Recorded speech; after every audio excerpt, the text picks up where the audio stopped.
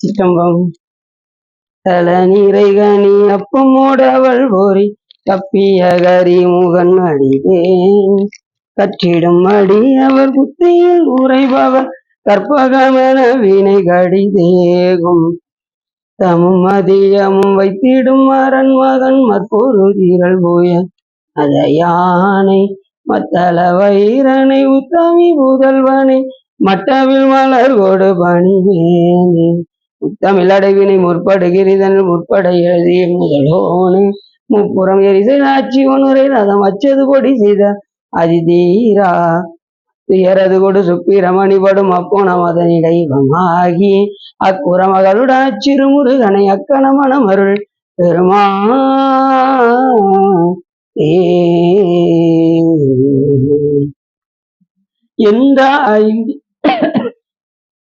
எந்தாயும் எனக்கருள் தந்தையும் நீ சிந்தாகுலமானவை ஈத்தனையாள் கந்தா கதிவேலவனே உமையாள் மைந்தா குமரா மறைநாயகனே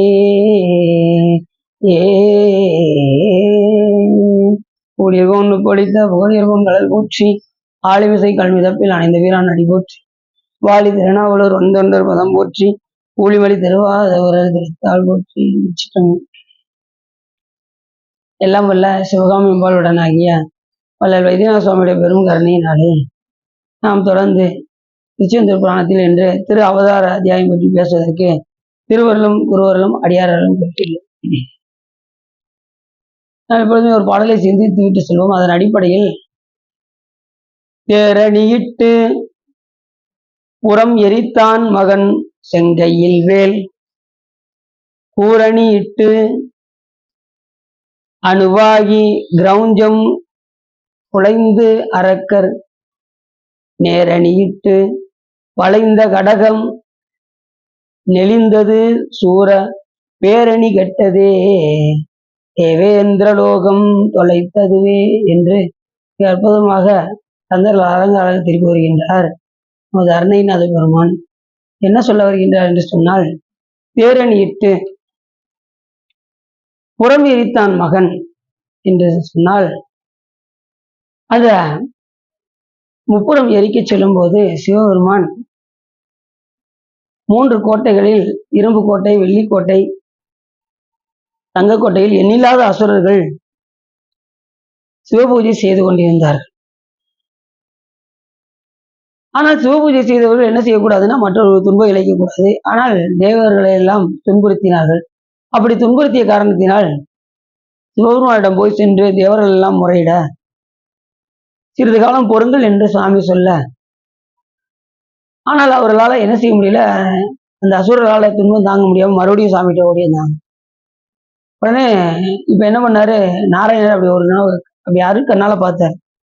நாராயணர் என்ன பண்ணாரு, நேர புத்த வடிவம் கொண்டு அவர்களை நிலைக்குலைய செய்தார் பெருமாள். அங்க போய் என்ன சொன்னாருன்னா, நீங்களே கடவுள், நீங்க எதுக்கு சிவ பூஜை பண்ணணும் அப்படின்னு அவங்கள அந்த திசை திருப்பினார். அப்படி எண்ணில்லாதவர்கள்லாம் சிவ பூஜையை கைவிட்டார்கள். அதுல 3 பேர் மட்டும், கமலாசன், தாராசன், வித்யுன்மாலி என்கின்ற 3 மட்டும் விடாம சிவபூஜை செய்து கொண்டே இருந்தார். அப்படி விடாம சிவபூஜை செய்து கொண்ட காரணத்தினால் அந்த 3க்கு மட்டும் சிவபெருமான் அருள் செய்தார். ஒருத்தரை சாமி முன்னாடி ஒரு நந்தி இருக்கு வருது, குடமல நந்தி, அந்த நந்தியாகவும் மற்ற 2 பேரையும் வாயில் காப்பாளராகவும் துவாரபாலகராகவும் ஆக்கினார் சிவபெருமான். அது பாட்டில் சொல்ற ஞானசம்பந்த பெருமான், மூவார் மலர் கொண்டு அடியார் தொழுவார் புகழ்வார் வானோர்கள் மூவார் பூரங்கள் எரித்த அன்று மூவர் கருள் செய்தார், மூவர் அருள் செய்தார். அந்த முப்புறம் எரிக்கும் போது அந்த 3 முனிவர்களுக்கு மட்டும் சிவபெருமான் அருள் செய்தார். அதை ஞானசம்பந்த பெருமானே சொல்றார். 3 புறங்கள் அந்த முப்புறம் எரிக்கும் போது 3வருக்கு அருள் செய்தார். மற்றவங்களும் சிவபூஜை கைவிட்டதுனால அவர்கள் எல்லாம் அழிந்தார்கள். முப்புறமும் எரிந்தது. சாமி சிரிச்ச நேரத்துல எத்தனையோ யுகங்கள் தோன்றி மறைஞ்சிருவான். அதே போல சிவபெருமான் சிரித்த மாத்திரத்துல அத்தனை முப்புறமும் எரிந்தது. அது எதற்கு ஓமானம் அப்படின்னா நம்மளுடைய கண்ம மூலம், மாயா மூலம், ஆணவ மூலத்திற்கு ஓமானம். சிவபெருமான் நினைத்தா என்ன செய்யலாம்? இந்த மும்மலத்துல இருந்து நம்மளை நீக்கி விடலாம். ஆனால் இந்த உயிர் தயாராக இருக்கும். சிவபெருமான் எப்படின்னா நம்ம தூக்குறதுக்கு ரெடியா இருக்காரு. இந்த பிறவிலிருந்து நம்மை கரையேற்றுவதற்கு தயாரா இருக்காரு. நாம என்ன செய்யணும்? அவர் மேல் இச்சைப்படும். இச்சைப்படலைன்னா நம்ம இங்கேயே உட்காந்துக்கிட்டே இருக்க வேண்டியதான். எத்தனை பிறவினாலும் நீ வாட்டு எத்தனை பிறவினாலும் எடுத்துட்டு வாயா, நான் தயார். சாமி வெயிட் பண்ணிக்கிட்டே இருப்பார். அதனால நாம என்ன செய்யக்கூடாது? இந்த பிறவில இருந்து தப்புவதற்கு உண்டான வழியை நாம் பார்க்க வேண்டுமே தவிர வீணாக காலத்தை போகக்கூடாது. அப்படி எண்ணில்லாத அசுரர்கள் எல்லாம் அழிந்தார்கள். அந்த மூவருக்கு அருள் செய்தார் சிவபெருமான். அப்பொழுது அந்த முப்புரம் எரிக்கும் போது சாமி என்ன பண்ணாராம்? எல்லா பேரும் தேர் செஞ்சாங்க. அத தேரணியிட்டு புறம் எரித்தான் மகன். புறம் எரிச்சது யாரு? சிவபெருமான். அவருடைய மகன் யாரு? முருகன். அது சூப்பரா சொல்றாருல, தேரணியிட்டு புறம் எரித்தான். அந்த தேர்ல கால வச்சாரு, அச்சு முறிந்தது. என்ன காரணம்னா, ஆளாளுக்கு சூரியன் சொன்னாரு, அந்த மேல உள்ள வாகனமா நான் இருக்கேன் அப்படின்னாரு. நான் செஞ்சது அப்படின்னாரு. சந்திரன் சொன்னாரு, அந்த 2 சக்கரத்தையும் நான் செஞ்சேன் அப்படின்னாரு. இப்படி ஆளாளுக்கு ஒவ்வொரு தேவர்களும் நான் செஞ்சேன் நாங்க. அப்படி எண்ணில்லாத அந்த தேவர்கள் எல்லாம் ஆளாளுக்கு ஒண்ணு செஞ்சு ஊர் போயிருந்தீங்களா சார்? சரி. என்ன ஆளாளுக்கு செஞ்சதும் நான் எனதுங்கிற செருக்கு இருக்கக்கூடாது. அப்படி செருக்கோடு செய்த காரணத்தினால் சாமி பாதம் வச்சதுமே அந்த அச்சு அதை பாட்டிலே சொல்றாரு. அருணைநாத பெருமான் சொல்றாரு, கைத்தல நிறைகனி அப்பமோ அவள் பொறி கப்பிய கரிமுக நடிபேணி கற்றிடும் அடியவர் புத்தியில் உரைபவர் கற்பகமென வினை கடிதேகும் மத்தமும் மதியம் வைத்திடும் அரண்மகன் மற்பொரு திரள் புய மத யானை மத்தள வயிறணி உத்தமி புதல்வனை மட்டவில் மலர் கொண்டு பணிவேனே முத்தமிழ் அடைவினை முற்படு கிரிதனில் முற்பட எழுதிய முதல்வோனே முப்புறம் எரி செய்த அச்சிவன் உரை ரதம். சிவபெருமானுடைய அந்த ரதம் அச்சது பொடி செய்த அதிதீரா அப்படின்னு சொல்லுவோம். விநாயகர் பெருமானை நினைச்சு வழிபாடு பண்ணி செஞ்சிருக்கணும். அவங்க அப்படி செய்யாதனால அது முப்புறமும் அந்த தேர் என்ன ஆயிடுச்சு? அச்சு முறிந்தது. சாமி பாதம் வச்சாரு, அச்சு முறிந்த காரணத்தினால் இப்ப என்ன ஆச்சு அப்படின்னா, அச்சு முறிந்ததும் இப்ப அதை சொல்ற தேரணி இட்டு புறம் எரித்தான் மகன். அப்படி முப்புறம் எரிக்கும் போது சாமி தேர்ல வச்சாரு, அச்சு முறிந்தது. அப்ப என்ன செஞ்சாரா? திருமால் கேட்டாராம் சிவபெருமான், வாங்க சார் சாமி உங்களை அடியன் தாங்க வேண்டும் என்று கேட்டதுனால சாமி அவரை விடைவாகனமாக ஆக்கி திருமால் மேல் அமர்ந்து அருள் செய்தார். அதுக்கு பேரு மால்விடைன்னு. இப்ப அந்த புறம் எரிக்கும் போது எரித்த சிவபெருமானுடைய மைந்தராக விளங்கக்கூடிய முருகப்பெருமானே தேனியிட்டு புறம் எரித்தான் மகன் செங்கையில் வேல். சாமி கையில என்ன வச்சிருக்காராம்? அது எப்படிப்பட்ட கைனாரு? செங்கை அப்படின்னாரு. சிவபெருமான் எப்படிப்பட்ட பொருள்? செம்பொருள். அப்போ முருகப்பெருமான் யாரு? சாமி. இப்ப அவருடைய கை எப்படி இருக்கும்? செங்கையா தான் இருக்கும். ஏன்னா செந்தாமரை காடு அணைய மேனி தடிச்சுடரே 2 விழி தனி நிற்கே என்று கூறுவதற்கு என்னங்க செங்கையில் வேல். சரி, அந்த வேலை என்ன செஞ்சதுனாரு? கூரணி இட்டு அணுவாய் மலர்தான் ஊரணியிட்டு அணுவாகி கிரௌஞ்சம் குலைந்த அரக்கர். அது என்ன வந்துச்சு?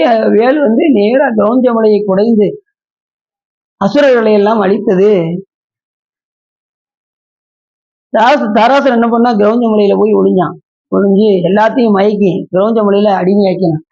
அப்பொழுது சாமி தன்னுடைய திருக்கை வேளால் அவர்களை வேலைகிட்ட எது சொல்லணுமோ அதை கரெக்டா செஞ்சுட்டு வந்துடும். சாமி வேலை எழுதும் போதே அத்தனை பேரையும் சம்காரம் செய்து மை கிடந்த வீரபாகு தேவர் போன்ற வீரர்களை எல்லாம் எழுப்பி கூட்டு வந்தது. அப்படிப்பட்ட திறன் திருக்கை வேலுக்கு உண்டு. அந்த பாட்டை செங்கையில் வேல் பூரணி இட்டு அது என்ன செஞ்சது? அணுவணுவா ஓதையும் குலைத்தது. அதை கந்தரவாங்கத்தை சொல்றாரு, அணுவணுவாக ஓதையும் அணுவாய் சென்று துகளாக ஆக்கி எல்லாத்தையும் நிலை குலைய செய்து அந்த தேவர்களை எல்லாம் மீட்டு கொண்டு வந்தது. அது யார் கையில இருந்ததுனாரு? செங்கையில் வேல் முருகப்பெருமான். யாருடைய மகனாரு? புறம் எரித்தான் மகன் செங்கையில் வேல் பூரணி இட்டு அணுவாகி கிரௌஞ்சம் குலைந்த அரக்கர் நேரணி இட்டு வளைந்த கடகம் நெளிந்தது. சொல்ற வளைந்த கடகம் நெளிந்தது. அத்தனை போர் வீரர்களை எல்லாம் தாய்த்தது இந்த வேல். வளைந்த கடகம் நெளிந்தது தூர பேரணி கெட்டது. அதனால என்னாச்சு, அந்த அசுரர்கள் படைகள் எல்லாம் கெட்டது அப்படின்னு. அவங்க படம் எப்படிப்பட்ட படம்? பேரணி படம். பேரணியாக விளங்கக்கூடிய அந்த அசுரர் படைகளை எல்லாம் முருகப்பெருமானுடைய வேல் நிலை கொலை செய்து. அப்படிப்பட்ட பேரணி கெட்டது. கெட்டதுக்கு அப்புறம் சாமி என்ன பண்ணாராம், அந்த அசுரர்களை எல்லாம் அழித்து தேவேந்திர லோகம் பிழைத்தது. இந்திர லோகத்தை எல்லாம் சாமி மறுபடியும் மீட்டு தேவேந்திரர்கிட்ட கொண்டு போய் கொடுத்தாங்க. அப்படிப்பட்ட கருணாமூர்த்தி முருகப்பெருமான்னு சொல்றாரு.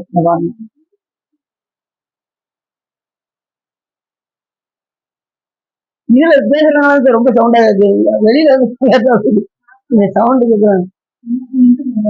அப்ப என்ன சொல்ல வர்றாரு அப்படின்னா, அது சூர பேரணியாரு, சூரருடைய பேரணி. அப்படிப்பட்ட எண்ணில்லாத அசுரர்கள் எல்லாம் முருகப்பெருமானோட சண்டை வரும்போது அத்தனைக்கும் முருகப்பெருமான் என்ன பண்ணாரா, இப்படி நடந்துதான் போனாராம். அசுரர் படைகள்லாம் அழிந்ததான். அதே மாதிரி திருச்சாரா, அத்தனை படைகளும் அழிந்ததான். அதே மாதிரி சிங்கமாசுரன் சண்டை போடும்போது சிங்கமாசுரன் சொன்னா, அந்த வேலை இருக்கிறதுனாலதானே எல்லாரும் நீ வென்று கொண்டிருக்கின்றாய், ஆகவே அந்த வேலை வைத்து விட்டு என்னுடன் சண்டைக்கு வா அப்படின்னு யாரு, சிங்கமாசுரன். அப்ப சாமி வேலை கையில வச்சுட்டாரு. இன்னொன்னா, அப்படி வேலை விடுத்தாலும் மற்றொரு ஆயுதம் கண்டிப்பா இருக்கணும். போர்ல ஆயுதம் இல்லாம போகக்கூடாது. ஆயுதம் இல்லாம போட்டா நிராமயரை கொண்ட குற்றம் வந்துடும் என்பதை காரணமாக வேற ஆயுதம் என்ன எடுத்தாரு அப்படின்னா, புலிசாயுதம் என்கின்ற ஒரு ஆயுதம். இப்படி இப்படி இருக்கும். நீங்க சாமி கையில வச்சிருப்பாரு, நீங்க பாத்தீங்கன்னா தெரியும். முருகன் வச்சிருக்கீங்களா, இப்படி இப்படி இப்படி வரும் அந்த புலிசாயம். அந்த புலிசாயத்தை விட்டு சிங்கமாசுரனை கொன்றார். அவனுக்கு அது செய்யுது. ஆனா என்னன்னா, எல்லாத்தையும் கொல்லல, நல்லது எல்லாருக்கும் அருள் தான் செஞ்சாரு. சிங்கமாசுரனை சம்காரம் செய்து அம்பாளுக்கு வாகனமாக்கினார். தாராசுரனை வதம் செய்து ஐயனாருக்கு வாகனமாக்கி, சூரபத்மனை சேவலும் ஐயனமாக்கி தனக்கு ஆக்கி கொண்டார். இப்படி எல்லாமே அவரவர்கள் விருப்பப்படி முருகப்பெருமான் செய்கின்றார். வேண்டுவாருக்கு வேண்டுவன ஈவான் கண்டு. எந்தெந்த உயிர் என்னென்ன கேட்குதோ அந்த இதெல்லாம் வழங்குவதற்கு முருகப்பெருமான் தயாராக வரும். அப்படி இந்த பாட்டுல சொல்றாரு, அருமையான பாட்டு. பேரணி இட்டு புறமெரித்தான் மகன், சந்திர அலங்காரம். பேரணி இட்டு புறமெரித்தான் மகன் செங்கை வில்வேல் பூரணி விட்டு அணுவாகி கிரௌஞ்சம் குலைந்த அரக்கர் நேரணி விட்டு வளைந்த கடகம் நெளிந்தது தூர பேரணி கெட்டது தேவேந்திர லோகம் பிழைத்தது. அப்படி தேவேந்திர லோகத்தெல்லாம் பிழைக்குமாறு செய்தாராம் முருகப்பெருமான். அப்ப எவ்வளவு பெரிய கருணை பண்ணு. அதனாலதான் முருகப்பெருமான தேவ சேனாதிபதினு முருகப்பெருமானே அழைக்கணும். சாமி விடுபட்டவரு தேவ சேனாதி. சரி, தேவர்களுக்கு அருள் செய்வாரா, மண்ணுலகத்தை நமக்கு அருள் செய்ய மாட்டாரா அப்படிலாம் இல்லை. நம்ம மண்ணுலகத்தை உயிர் பெறுவதற்காக அந்த 6ஆம் முகம் கீழ் நோக்கி இருக்கு. முருகப்பெருமானுடைய முகம் சிவன் ஆறு முகம் தானே. அந்த 6ஆம் முகம் எப்படி இருக்கு, நம்மை போன்ற சகல ஆன்மாக்களை உயிர்ப்பதற்காக. கேட்டவங்க கொஞ்சம் பக்கத்துல வந்துருக்கோம், கேட்டவங்க பக்கத்துல வந்துருக்கோம். அப்படி இல்லாத, ஏன்னா ஈசா நமக்கு மேல் நோக்கி இருக்கும், தத்புருஷ முகம் கிழக்க பார்க்க இருக்கும், அகோர முகம் தெற்க பார்க்க இருக்கும், வாமதேவ முகம் வடக்க பார்க்க இருக்கும், சத்திய முகம் மேற்க பார்க்க இருக்கும். இந்த அதே முகம் மட்டும் கீழ் நோக்கி இருக்கும். அது ஞானிகளுடைய கண்ணுக்கு மட்டுமே காண்பித்துக் கொண்டிருந்த அந்த திருமுகம் எல்லா உயிர்களும் காண வேண்டும் என்பதற்காக கொண்டு வந்த முகம் தான் ஆறுமுகம். அது எப்படி இருக்குன்னா கீழ் நோக்கி இருக்கு. கீழே யார் இருக்கா, பூலகத்துல நம்மை போன்ற சகலவருக்கு ஆன்மாக்கள் எல்லாம் இதுதான் இருக்கின்றது. இந்த ஆன்மாக்களை எல்லாம் உயிர்ப்பதற்காக முருகப்பெருமான் தோன்றினார். இப்ப அவர் எப்படி அவதாரம் செய்ய போறாரு அப்படிங்கிறத பத்தி தான் நம்ம இன்னைக்கு பார்க்கணும். ஏற்கனவே நம்ம கந்த புராணத்தை பார்த்திருக்கோம். இதுல என்ன சொல்ல வருது அப்படி, ரெண்டும் ஒன்னோடதான் வரும், ரொம்ப வித்தியாசம்லாம் வராது, கொஞ்சம் மாறுபடும், அவ்வளவுதான். அப்படி எண்ணில்லாத தேவர்களை எல்லாம் காத்த காரணத்தினால் முருகப்பெருமான் இங்கே அன்னைக்கு அவங்க அத்தை வந்தாங்களா. இது முக்கியமான பாட்டு. நீங்க எப்படி போனோட்டம் அழுத்தி பிறக்க விட்டா இருவேலன் கவி எழுத்து பிழையற கற்கின்றிலே எரி மூண்டதன்னு போன பட்டம் பார்த்தோமா. அதே மாதிரி இறைவனுடைய புகழை பாடுவதற்கு என்னன்னா ரெண்டு ஆப்ஷன் தான் அரைநாதர் கொடுத்துருக்காரு. ஒண்ணு எழுத்து பிழையாக பாடணும், அன்போட பாடணும். ரெண்டே ஆப்ஷன் தான். ஒண்ணு அன்போட பாடணும், சாமி போட்டி பாடணும், இல்லைன்னா எழுத்து பிழை இல்லாம ரெண்டு எழுத்து பிழை இல்லாம பாடணும், அன்போட பாடணும். அன்பு ஒண்ணு இருந்தா போதும், மற்றதெல்லாம் தானா வந்துடும். அந்த ஒண்ணே போதும், அன்பே போதும். அப்ப எல்லா அருளாளர்களுமே அதைத்தான் கூறுகின்றார்கள், அன்பு அன்பு அன்பு. அதே மாதிரி இந்த பாட்டுல என்ன சொல்றாருன்னா, அந்த தேவேந்திர லோகத்தை எல்லாம் பிழைக்க வைத்த ஒரு கருணையாளர் முருகப்பெருமான் என்று இந்த பாடலில் மிக அருமையாக யார் சொல்றா? கந்தர் அலங்காரத்துல அருணைநாத பெருமான் சொல்றாரு. அது உண்மையான பாட்டு, போய் பாடிப்பாங்க. இன்னைக்கு நம்ம பார்க்கக்கூடியது திரு அவதார அத்தியாயம். சுரும்பர் இன்னிசை முரண்டு பண்பாடு தண்டு உழவ கரும்புயல் படி பத்திரு செங்கண்ணான் கனக தரும்பி இதழ் கமலாசன கண்ணல் வான் அரசு விரும்பி வஜ்ரவாணி மற்றுள்ளோர் வான் விபுதர். என்ன சொல்ல வர்றாருன்னா, எண்ணில்லாத முதல்ல யார சொல்றாருன்னா திருச்செங்கண்ணான். திருச்செங்கண்ணன் கரும்புயல் திருச்செங்கண்ணன் அப்படின்னா துளசி மாலையை அணிந்திருக்கக்கூடிய விஷ்ணுவை சொல்கின்றார். விஷ்ணு வந்து பாத்தீங்கன்னா அந்த துளசி வந்து முற்பிறவில ஒரு முனிவருக்கு மனைவியாக இருக்கும். அப்பொழுது இவர் என்ன செய்வார் என்று சொன்னால், திருமால் அவர் உருவத்தில் சென்று, அந்த முனிவர் உருவத்தில் சென்று, ஆனா உணர மாட்டாரு. அவர் உருவத்தில் சென்று போனதும் உடனே அவர் மிக கற்பு கரசி துளசி முன்பிறவில பிருந்தாவாக இருப்பார். அப்படி பாத பூஜை செஞ்சதும் உண்மையை உணர்ந்துட்டான். அந்த பாதத்தை பார்த்ததுமே கண்டுபிடிச்சிருவா, இது தன்னுடைய கணவர் அல்ல என்று கண்டுபிடிச்சதும் உடனே திருமாலுக்கே சாபம் விட்டுருவா. ஏன்னா கற்பு கரசி எல்லாம் சாபம் விட்டா என்ன ஆகும்னா அது உடனே படிக்க ஆரம்பிச்சிடும். திருமாலுக்கு சாபம் விட்டால் பிருந்தா கல்லாக இருக்க கடவுதுன்னு திருமாலுக்கே சாபம். அவர் தான் சாலிக்கிரமமாக, இப்ப நீ வடநாட்டுல எல்லாம் போனீங்கன்னா சாலிக்கிரமம் இருக்காங்க பாத்தீங்களா, அப்படி துளசி சாபம் விட்டுதான் திருமாலுக்கு வந்து சாலிக்கிரமமாக கல்லாக இருக்கும்.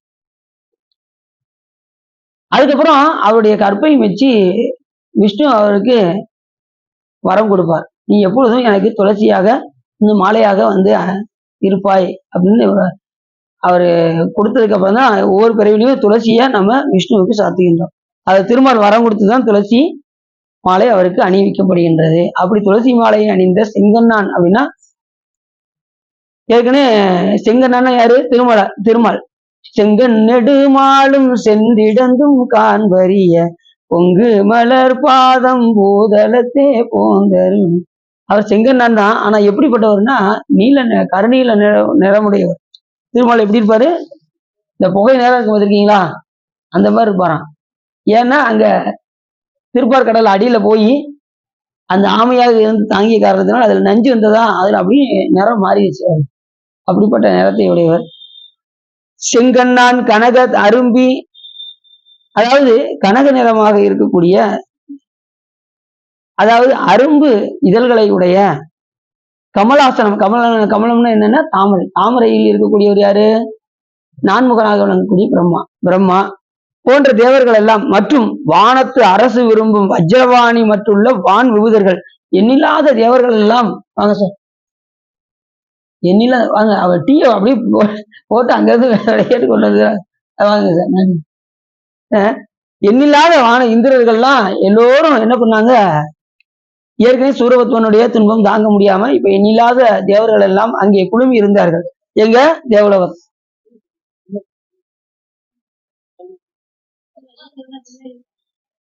வானுலகத்தில் எண்ணில்லாதவர்கள் அங்கே குழுமி இருந்தார்.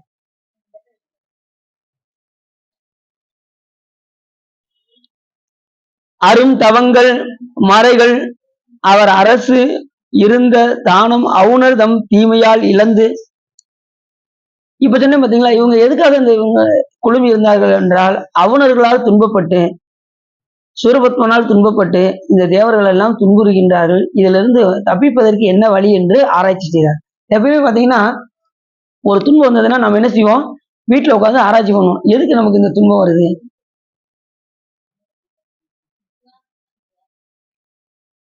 இப்ப பக்கத்து வீட்டுல யாராவது ஒண்ணு பேசிட்டாங்கன்னு வச்சுக்கோங்க, நீங்க வீட்டுல என்ன செய்வீங்க? உட்காந்து இப்படி பேசிக்கிட்டாலே அப்படின்னு என்ன செய்வீங்க? குழுமி உட்காந்து பேசுவீங்க. நாளைக்கு அவட்ட ரொம்ப கரெக்டா நடந்துக்கிடணும். இனிமே அவட்ட பேச்சு வாங்கக்கூடாது. அவட்ட பேச்சு வாங்கிட்டோம்னா நம்ம அவ்வளவுதான் அப்படின்ட்டு எனக்கு குழுமி பேசுவோம்ல. அதே போல தேவர்கள் என்ன பண்ணாங்க? குழுமி பேசிக் கொண்டார்கள்.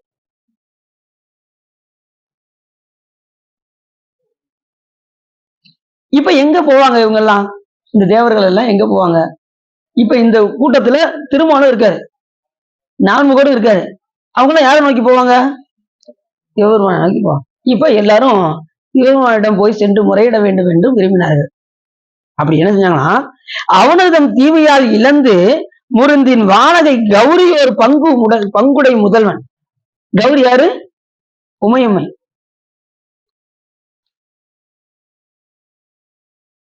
கௌரினா இடப்பாகத்தை உடையவன் அர்த்தம்.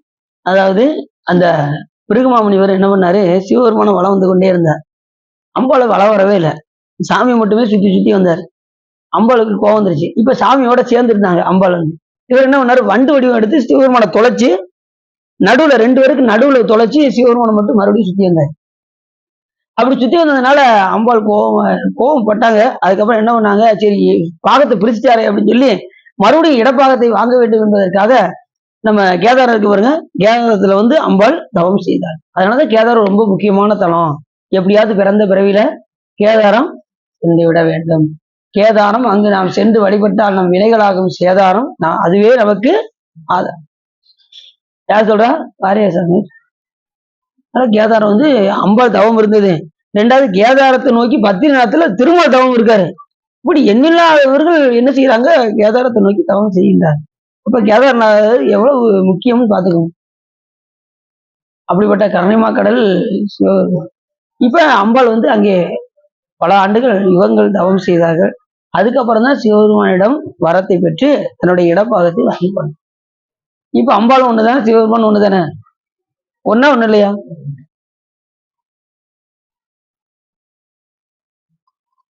எல்லாமே எப்பேற்பட்டவராக இருந்தாலும் என்ன, இறைவனோடு சேரணும்னா தவம் செய்யாமல் இறைவனோடு சேர முடியாது என்பதை உணர்த்துவதற்காக அம்பாளே தவம் செய்து இடப்பாகத்தை பெற்றார்கள் என்பதை மறந்துடக்கூடாது. புரியுதா? அம்பாளாவே இருந்தாலும் என்ன செய்யணுமா? தவம் செய்துதான் சிவத்தை அடைய முடியும். தவம் செய்யாமல் சிவத்தை அடைய முடியும். அப்படி கௌரியர் பங்குடை முதல்வன் பொருந்தும் வெள்ளிமால் வரை புகுந்து அவன் அடி போற்ற. யாருடைய அடி போற்ற? சிவபெருமானுடைய பங்குடை முதல்வனாக இருக்கக்கூடிய உமையம்மைக்கு கணவனாக வழங்கக்கூடிய சிவபெருமானிடம் போய் சென்று அத்தனை தேவர்களும் போய் சென்று வெள்ளிமால் வரை புகுந்த அவன் அடி போற்ற. வெள்ளிமால்னா கைலாய மலை எப்படி இருக்கும்? வெள்ளி வெற்பின் மரகத கொடியுடன் விளங்கும் தெல்லு பேரொளி பவள வெற்பன இடப்பாகம் கொண்ட கொள்ளு மாமலையாளுடன் கூட வீற்றிருந்த வள்ளலாரை முன்கண்டனர் வாக்கின் மன்னவனாம். சொல்றார். இந்த கைலாய மலை எப்படி இருக்குமா? வெள்ளி வெற்பின் மரகத கொடி. அப்படியே கைலாயமே வெள்ளியா இருக்கு, வெள்ளை வெளியேன்னு இருக்கு. சிவபெருமானுக்கு அது வந்து தென்னீர் பூசுறது மாதிரியாம். அதுல சாமி எப்படி இருக்காராம்? செம்பவளம் போல இருக்காராம். அம்பாள் எப்படி இருக்காங்களா? அதுல மரகத பச்சை கொடி அப்படி படர்ந்தது போல அம்பாள் எப்படி இருக்காங்களா? அந்த பவளத்துல சுத்தி இருக்காங்க. வெள்ளி வெற்பின் மரகத கொடியுடன் விளங்கும் தெல்லு பேரொளி பவள வெற்பன இடப்பாகம் கொண்ட கொள்ளு மாமலையாளுடன் கூட வீட்டிருந்த வள்ளலாரை முன் கண்டனர் ஆக்கி. அப்ப சாமி எப்படி கைலாயமலை எப்படி இருக்கு? ஸ்படிகமயமானவின்னு பேரு. கைலாயமலை எப்படி இருக்கும்? அதனாலதான் சிவ பூஜை பண்றவங்க எதுல வாங்கணும்?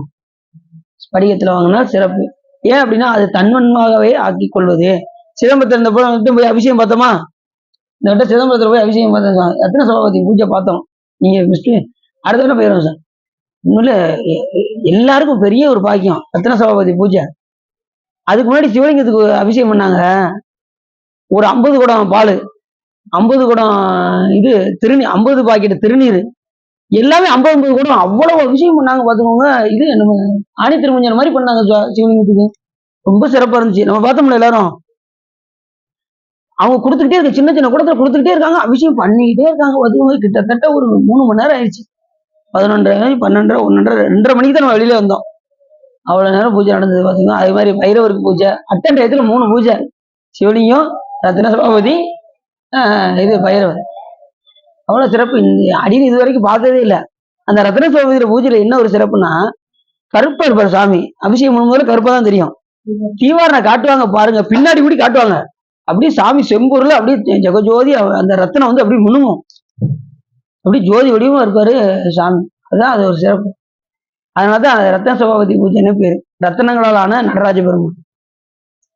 அத தினசரி அந்த காலையில 11:30 மணிக்கு அதை நடத்துறாங்க. ரொம்ப சிறப்பா இருக்கும். வாய்ப்பு இருந்தா போய் அந்த பூஜையில போய் நீ கலந்து கொண்டு இறைவனுடைய அருளை பெற வேண்டும்.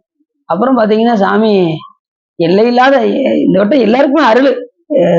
மேல ஆகாசலிங்கம்னு ஒரு லிங்கம் இருக்கு, அது போயிருக்கீங்களா? அது எல்லாரும் ஐயர்லாம் கூட்டு போனாங்க, எங்களை கூட்டு போய் அத்தனை வரையும் கூட்டு போய் மேல ஆகாசலிங்கம், சாமிக்கு மேல ஒரு லிங்கம் இருக்கு, அதுக்கு போய் அது தீவாரனை காட்டி கொடுத்தாங்க.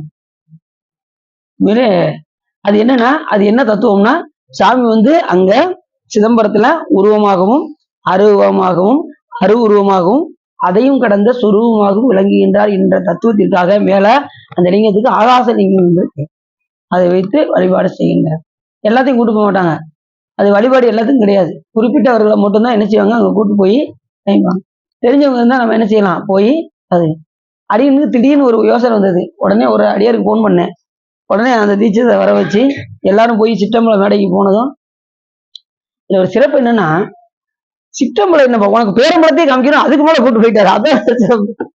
அது சிற்றம்பலம் மேடை, அதுக்கு மேல பேரம்பலம். எண்ணில்லாத அருள் சாமியுடைய காரணம்.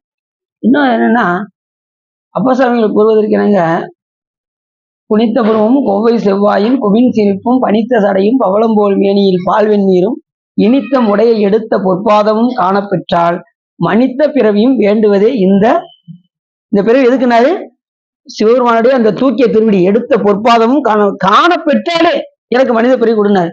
ஆனா அந்த ஐயர் என்ன பண்ணாரு, தூக்கிய திருவிடி அப்படி கலட்டி கொண்டு வந்து அடியனுடைய தலையில வச்சாரு பாருங்க சாமியுடைய.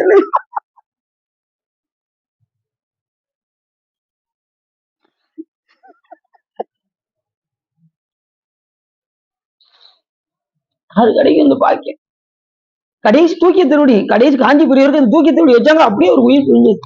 தூக்கிய திருவடி எவ்வளவு முக்கியங்கிறது அடியன் ஒரு உணராம போய் அங்க போய் நின்று எல்லாத்தையும் கூட்டு போய் அங்க போய் மாடல் நிப்பாட்டி வச்சிருக்கேன். எல்லாருக்குமே சாமியுடைய மாலையெல்லாம் எடுத்து சாத்தினாங்க. தூக்கிய திருவடி மட்டும் அடியன் தலையில கொண்டு வந்து வச்சுட்டாங்க. உண்மையிலே அழுதுட்டேன் ரொம்ப. இல்லை இல்லாத இந்த பிறவி அதுக்குதான். ஆடை எடுத்திட்ட பொற்பாதம் ஒன்று நம்மை ஆட்கொண்டதே என்று சொல்வதற்கு நாங்க எல்லை இல்லாத அருள். நம்ம எதை நினைக்கிறோமோ அதை சாமி கொடுக்குற. ரெண்டாவது, எப்பயுமே வந்து பாத்தீங்கன்னா, தன்னலம் கருதாது பிற நலம் கருதினால் சிவபெருமான் உங்களுக்கு எல்லாமே செய்வார். எப்பயுமே தன்னுடைய நலத்தையுமே நம்ம என்ன செய்யக்கூடாது, எல்லாத்தையும் கூட்டு போய் காமிக்கணும், எல்லாரையும் வழிபாடு பண்ண வைக்கணும், எல்லாருக்கும் உபதேசம் பண்ணணும், எல்லாரும் நல்லா இருக்கணும் அப்படின்னே நினைங்க. நம்ம நல்ல நிலையில வச்சிருப்பாரு சார். புரியுதா உங்களுக்கு? எப்பயுமே பிற நலம் கருதினால் தன்னலத்தை யார் பாப்பா, சிவபெருமான் கண்டிப்பாக. எனக்கு அது பிறவியுடைய பயன் முடிஞ்சது அப்படின்னு நினைச்சிட்டேன். எப்ப நம்ம சாமி ஆட்கொண்டாலும் ரெடியா தயாரா இருக்கணும், அவ்வளவுதான். அந்த அளவுக்கு இன்னும் என்ன, நமக்கு நிறைய புராணங்கள் எடுக்கணுங்கிறதுக்காக சாமி நம்மள இன்னும் வைத்து இன்னும் புராணங்கள்லாம் எடுக்கணும். கொஞ்சம் காலம் இருந்து நம்ம அந்த பணியை நம்ம சிறப்பாக செய்ய வேண்டும். சரி, ஆமா, பெரிய சிறப்பு. இது வந்து அடியார்கள்லாம் ரொம்ப சிறப்பான அடியார்கள், எல்லையில்லாத அருள். கிட்டத்தட்ட ஒரு 26 கோயில் வரைக்கும் பார்த்தோம் சாமி திருவிழா. நீங்க உங்களுக்கு காமி நீங்க ஒரு கோயில விடக்கூடாது இல்ல. சரி, அடுத்து போவோம் சார். இப்ப என்ன அடுத்து காயணும், கவலைப்படாதீங்க, அடுத்து போயிடும். சரி, அப்படி வெள்ளிமால் வரை புகுந்து அவன் அடி போற்ற. இப்ப கைலாய மலைக்கு எல்லாரும் என்ன செஞ்சாங்க, தேவர்கள் எல்லாம் விஷ்ணு முதல் கொண்டு எல்லாரும் நேர போனாங்க. அன்ன பான்மையை உணர்த்தி மயத்து பரிசளித்த கன்னிவார் முளை. இப்ப இந்த இடத்துல அம்பாளை சொல்லும்போது இருந்து கன்னினாங்க. கன்னிவார் முளை களவு நாள் புயம் தோறும் கமல அந்நாள் ஆலயம் தனப்பில்லா துளத்தோடும் தழுவி பன்னெடுங்காலம் பகல் இருந்தவன் யாவருக்கும் பகவான். இப்ப என்ன சொல்றாரு அப்படின்னா, பன்னெடுங்காலமாக அங்க கைலாய மலையிலேயே யாரு இருக்கா அப்படின்னா, கன்னியோடு இருக்குது அம்பாளோட சாமி என்ன செய்யறாராம், எப்ப அவருக்கு வந்து தோற்றம் கிடையாது முடிவும் கிடையாது, அப்படி பன்னெடுங்காலமாக அங்கே கைலாய மலையில் வீற்றிருந்தார் சிவபெருமான் அப்படின்னு இந்த பாட்டை சொல்றாரு. அம்பாள் எப்பயுமே நல்லா தெரிஞ்சுக்கோங்க, கன்னி. ஐயா எப்படி, எப்பயுமே அவரு பிரம்மச்சாரி. சாமி எப்பயுமே பிரம்மச்சாரி, அம்பாள் எப்பயுமே கன்னி. எப்பயுமே நமக்காகத்தான் சாமி என்ன பண்றாருன்னா, மலையறையன் பொற்பாவை வாழ்நுதலால் பெருந்திருவை உலகறிய தீவேட்டான் எண்ணுவது என்னேடி உலகறிய தீவேலாது ஒளித்தனலில் உலகனைத்தும் கலைநவின்ற பொருள்கள் எல்லாம் கலங்கிடும் தான் சாலரோ என்று மாணிக்கவாச பெருமான் சொல்வதற்காக நமக்காக திருமணம் முடிச்சு காமிக்கிறாரு சாமி. ஏன்னா இப்படி எல்லாம் இருந்து வர வேண்டும் அப்படின்னு சொல்லி காமிச்சிட்டு மறுநாள் என்ன செய்வாராம் சாமி பிச்சை பாத்திரம் ஏந்தி வருவாராம். மனித நிலை தடுமாறி சென்றாலும் பிச்சையும் ஏந்த வேண்டும் என்பதை உணர்த்துவார் சாமி. அதனால இப்படிதான் முறையோடு வாழ வேண்டும் என்பதையும் சாமி என்ன செய்யறாரு நமக்கு எழுதி வைத்திருக்கின்றார். அதன்படிதான் நம்ம இந்த உலகத்துல நம்ம வாழ வேண்டும். அப்படி பன்னெடும் பகல் இருந்தனன் யாவர்க்கும் பகவன். அது பன்னெடுங்காலமா எந்த ஆலயம் அங்க கைலாய மலையத்துல ஆலயம்லாம் இருக்கா அப்படின்னா ஆலயம். அங்க சாமியை வழிபாடு பண்ணுவதற்கு இல்லாத தேவர்கள் எல்லாம் என்ன செய்வாங்க அங்க வரிசையில கியூல நிற்பாங்களாம். சாமி வழிபாடு பண்றதுக்கு அங்க கியூல நிற்பாங்க. அப்ப நந்தியபெருமான் என்ன பண்ணுவாரு ஒவ்வொருத்தரையும் அப்படி கிரீடத்தை 2 தட்டு தட்டுவார். ஒழுங்க வருஷம் அப்படின்னு வரான். யாரு நம்ம நந்தியபெருமான். அவர்தானே காவலில் இருக்காரு. அப்படி தட்டும் போது எதுமில்லாத ரத்தனங்கள்லாம் அதுல இருந்து விழுவும். அதை அத்தனையும் கூட்டி கொண்டு போய் குப்பையில போடுவாரு. இப்ப இந்த ரத்தனம் அந்த ரத்தனத்துல ஒண்ணு இங்க கீழே கிடந்தாலும் நம்ம என்ன செய்வோம் எந்த கடையில அடமானம் வைக்கிறா அடமானம் வச்சு இன்னைக்கு கடனை எப்படியாவது அடைச்சே போடுவேன் அப்படின்ட்டு என்ன செய்வோம் அதை எடுக்க பார்ப்போம். ஆனா இதுல என்ன தத்துவம்னா இங்க நாம நினைக்கக்கூடிய செல்வம் கைலாய மலையில் குப்பை என்பதை நாம மறந்துடக்கூடாது. எல்லாம் செல்வம் ஓடுறாங்கல்ல, அந்த செல்வத்தை வைத்து நாம என்ன செய்ய வேண்டும் என்றால் இறைவனை வழிபாடு செய்வதற்கு பயன்படுத்தணும். நிறைய தல யாத்திரை மேற்கொள்வதற்கு பயன்படுத்தணும். இப்பயே என்ன செய்யணும் கொஞ்சம் கொஞ்சமா ஒரு உண்டியலை போட்டு எதுக்கோ பணம் சேர்ப்பாங்க. நாம எதுக்கு சேர்க்கணும்னா யாத்திரை செல்வதற்காக சேர்த்து நம்ம பணம் சேர்த்து என்ன செய்ய போறோம் ஒண்ணும் கிடையாது. நிறைய பேர் என்ன செய்யறாங்க நான் பணம் சேர்க்கறதுலாம் பின்னாடி நான் படுத்துக்கிட்டா யாரு பாக்குறது அந்த ஜோடியே என்ன செய்யறாங்க நிறைய அதைத்தான் நினைக்கிறாங்க. நாம ஒழுங்கு வழிபாடு செஞ்சா நம்மளை ஏன் சாமி அப்படி செய்ய போறாரு. நல்ல தர்மம் செஞ்சா எதுக்கு நம்ம போய் ஆஸ்பத்திரியில போய் உறங்க போறோம் சொல்லுங்க பாப்போம். படுத்திருக்க போறோம். இருக்கும்போது தர்மம் செய்யாம அதை மிச்சப்படுத்தி நான் நாளைக்கு படுத்துக்கிட்டா எனக்கு வேணும், நான் நாளைக்கு நான் படுத்துக்கிட்டா எனக்கு வேணும் அப்படின்னே சேர்த்து வச்சா தர்மம் செஞ்சா நம்ம எதுக்கு போய் ஆஸ்பத்திரிக்கு போறோம்க்கா சொல்லுங்க பாப்போம். இருக்கிற காலத்துல நல்ல தர்மம் செய்யறதை விட்டுட்டு காலம் கடந்ததுக்கு அப்புறம் ஒன்றும் செய்ய முடியாது. அதனால நல்லா இருக்கும் போதே தானம் தர்மம் செய்ய நமக்கு நோய் வராது என்பதை நாம் தானம் செய்தால் நோய் வராது, செய்யவில்லை என்றால் வரும். அது என்ன நம்ம அருளர்கள் சொல்றாங்க நொய்யில் பிளவேனும் பகிர்வெண்கள் அருணைநாத பெருமான். நொய்யில் பிளவாது கொஞ்சம் தர்மம் செய்யா, நீ சும்மாவே இருக்காத ஏதாவது தர்மம் செய்ய நித்தலும் தர்மம் செய்ய. நொய்யில் பிளவேனும் பகிர்வெண்கள் வடிவேலனை வாழ்த்தி நொய்யில் பிளவேனும் பகிர்ந்து. இறைவனை வாழ்த்தி தான் கொடுக்கணும்னாரு, சும்மா கொடுக்க கூடாது. அதுவும் இறைவனை வாழ்த்தி. இப்படி பன்னெடும் பகலிருந்தனன் யாவருக்கும் பகவான். அப்படி எப்பயுமே அம்பாள் கண்ணி பவனாக வழங்கக்கூடிய சிவபெருமான் எப்பயுமே பிரம்மச்சாரி. அவன் எப்படிப்பட்டவன் அப்படின்னா எல்லாவற்றையும் கடந்தவன். அதனால அப்படிப்பட்ட பகவன்னா ஒளி பொருந்தியவன் அர்த்தம். எல்லாருக்கும் பகலவன் எப்படி எல்லா உலகத்துக்கும் ஒளி கொடுக்கின்றதோ சூரியன் எல்லா உயிருக்கும் ஒளி கொடுக்குதுல, அது போல சாமி என்ன செய்யறாரு அண்ட சராசரங்களுக்கெல்லாம் என்ன செய்யறாரு எத்தனையோ சூரியன் 1 2 கிடையாது எண்ணில்லாத சூரியன் எல்லாம் ஒவ்வொரு உலகத்துக்கும் அதுக்கு தகுந்த மாதிரி எல்லாம் படைத்து எல்லாம் சாமி என்ன செய்யறாரு நம்ம இந்த உயிர்களுக்காக தான் எல்லாமே பண்றாரு. எத்தனையோ கோடி அண்ட சராசரங்களுக்கெல்லாம் ஒளி யாரு கொடுக்கா அப்படின்னா சிவபெருமான். ஆனா பரிபூர்ண ஒளி யாருன்னா சிவபெருமான் ஒருத்தர் தான். அதனால அங்கிங்கனாதபடி எங்கும் பிரகாசமாய் ஆனந்த பூர்த்தியாகி அருளோடு நிறைந்து விளங்குவது சிவம்.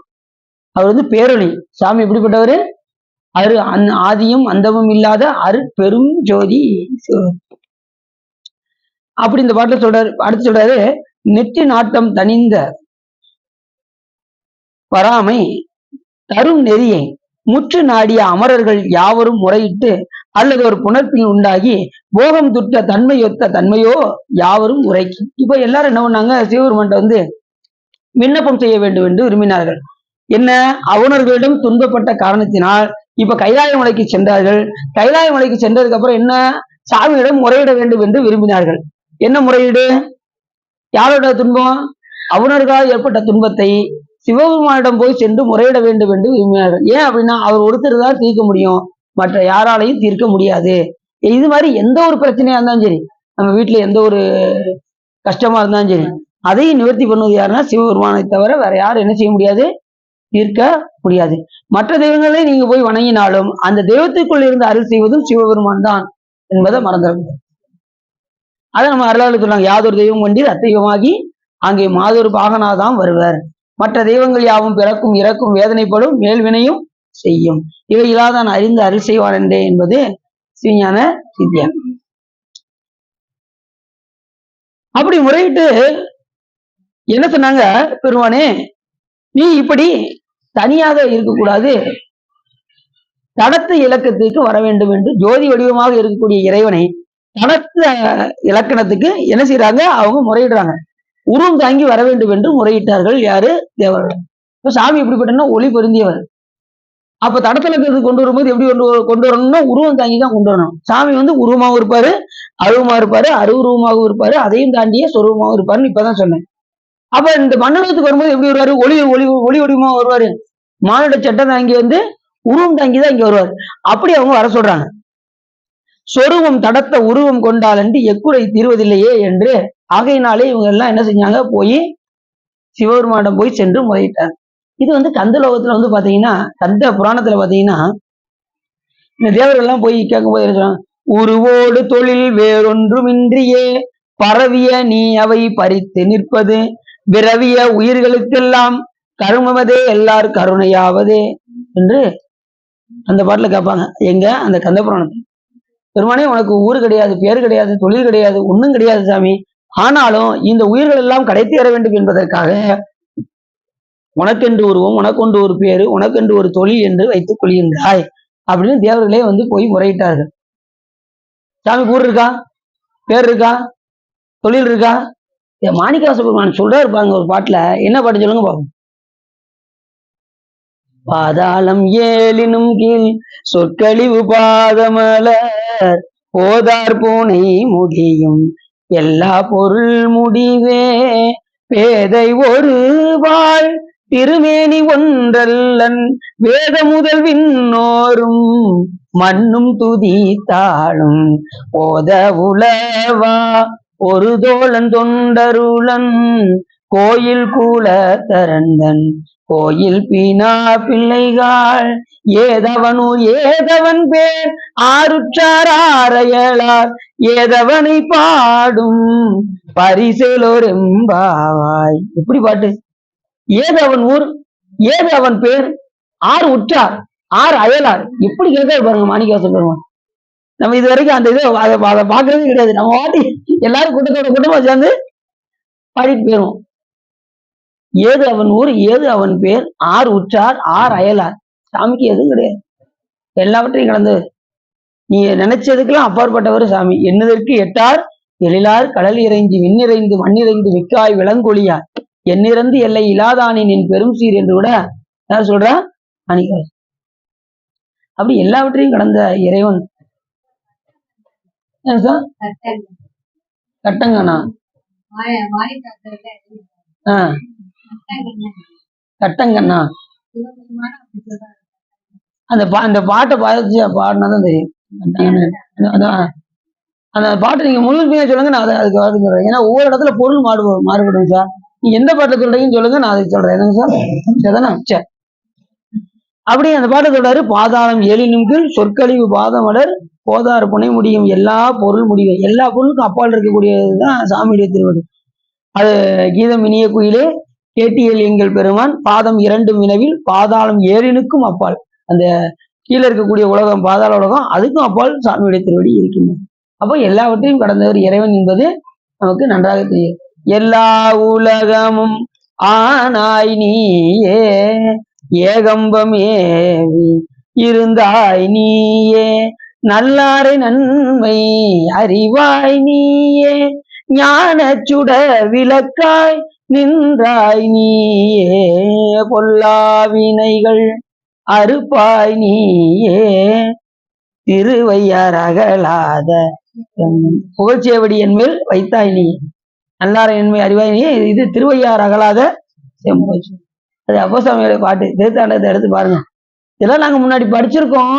இப்ப மறுபடியும் ஒரு தடவை ரிப்பீட் பண்ணா வரும் அப்படிங்க. அந்த தேவர் புக்ல இருக்கும், நீங்க பாத்தீங்கன்னா தெரியும். என்ன தருவாயினியே திருவையார் அகலாத செம்போச்சு. சரி, ரெண்டாவது கும்பாபிஷேகம். இதுவே வர 2ஆம் தேதி திருவையாறுல கும்பாபிஷேகம். வாய்ப்புள்ளவங்க கலந்துக்கோங்க. வருகின்ற 2ஆம் பிப்ரவரி 2 நாளை கட்சி தானா? சரி, வாய்ப்புள்ளவங்க பயன்படுத்திக்கோங்க. சரி, இல்லைன்னா அது 48 நாளுக்குள்ள நம்ம ஒரு நாள் போயிட்டு வந்துடும். 48 நாளுக்குள்ள ஒரு நாள் போயிடும். இந்த மாசம் தான் போகணும்.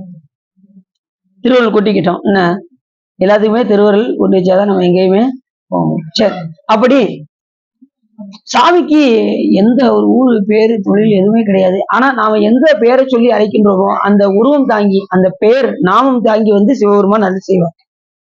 வைத்தியநாதா அப்படின்னோம்னா வைத்தியநாதா வந்தாரு செய்வார். சகஸ்ரலிங்கேஸ்வரா அப்படின்னா சகஸ்ரலிங்கேஸ்வரா வந்தாரு.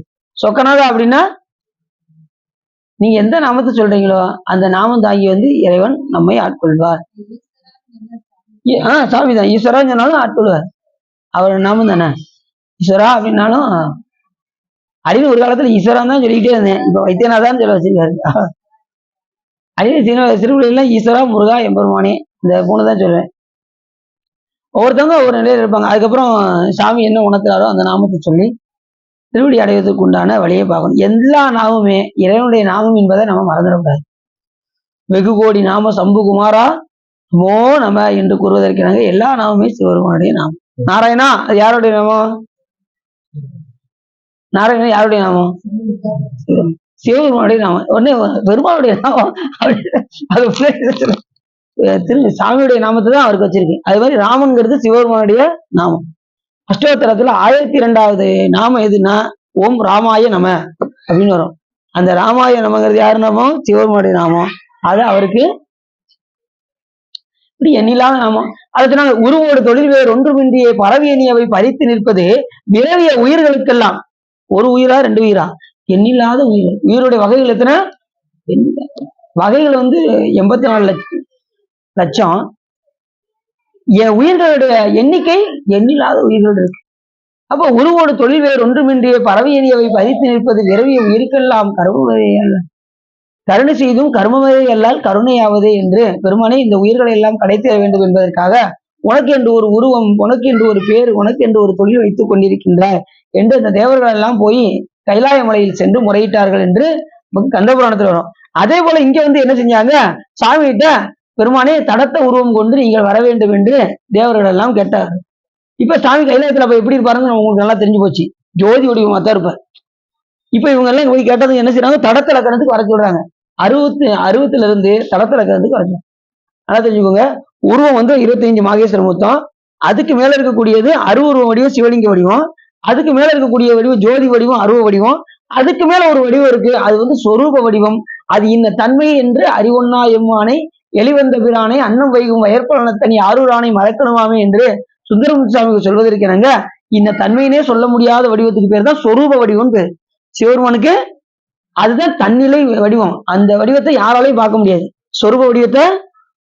அப்ப சொரூப வடிவத்தை எப்ப காட்டுவார் அப்படின்னா, இந்த உயிர்கள் மோட்ச அடையும் போது காமிப்பார்.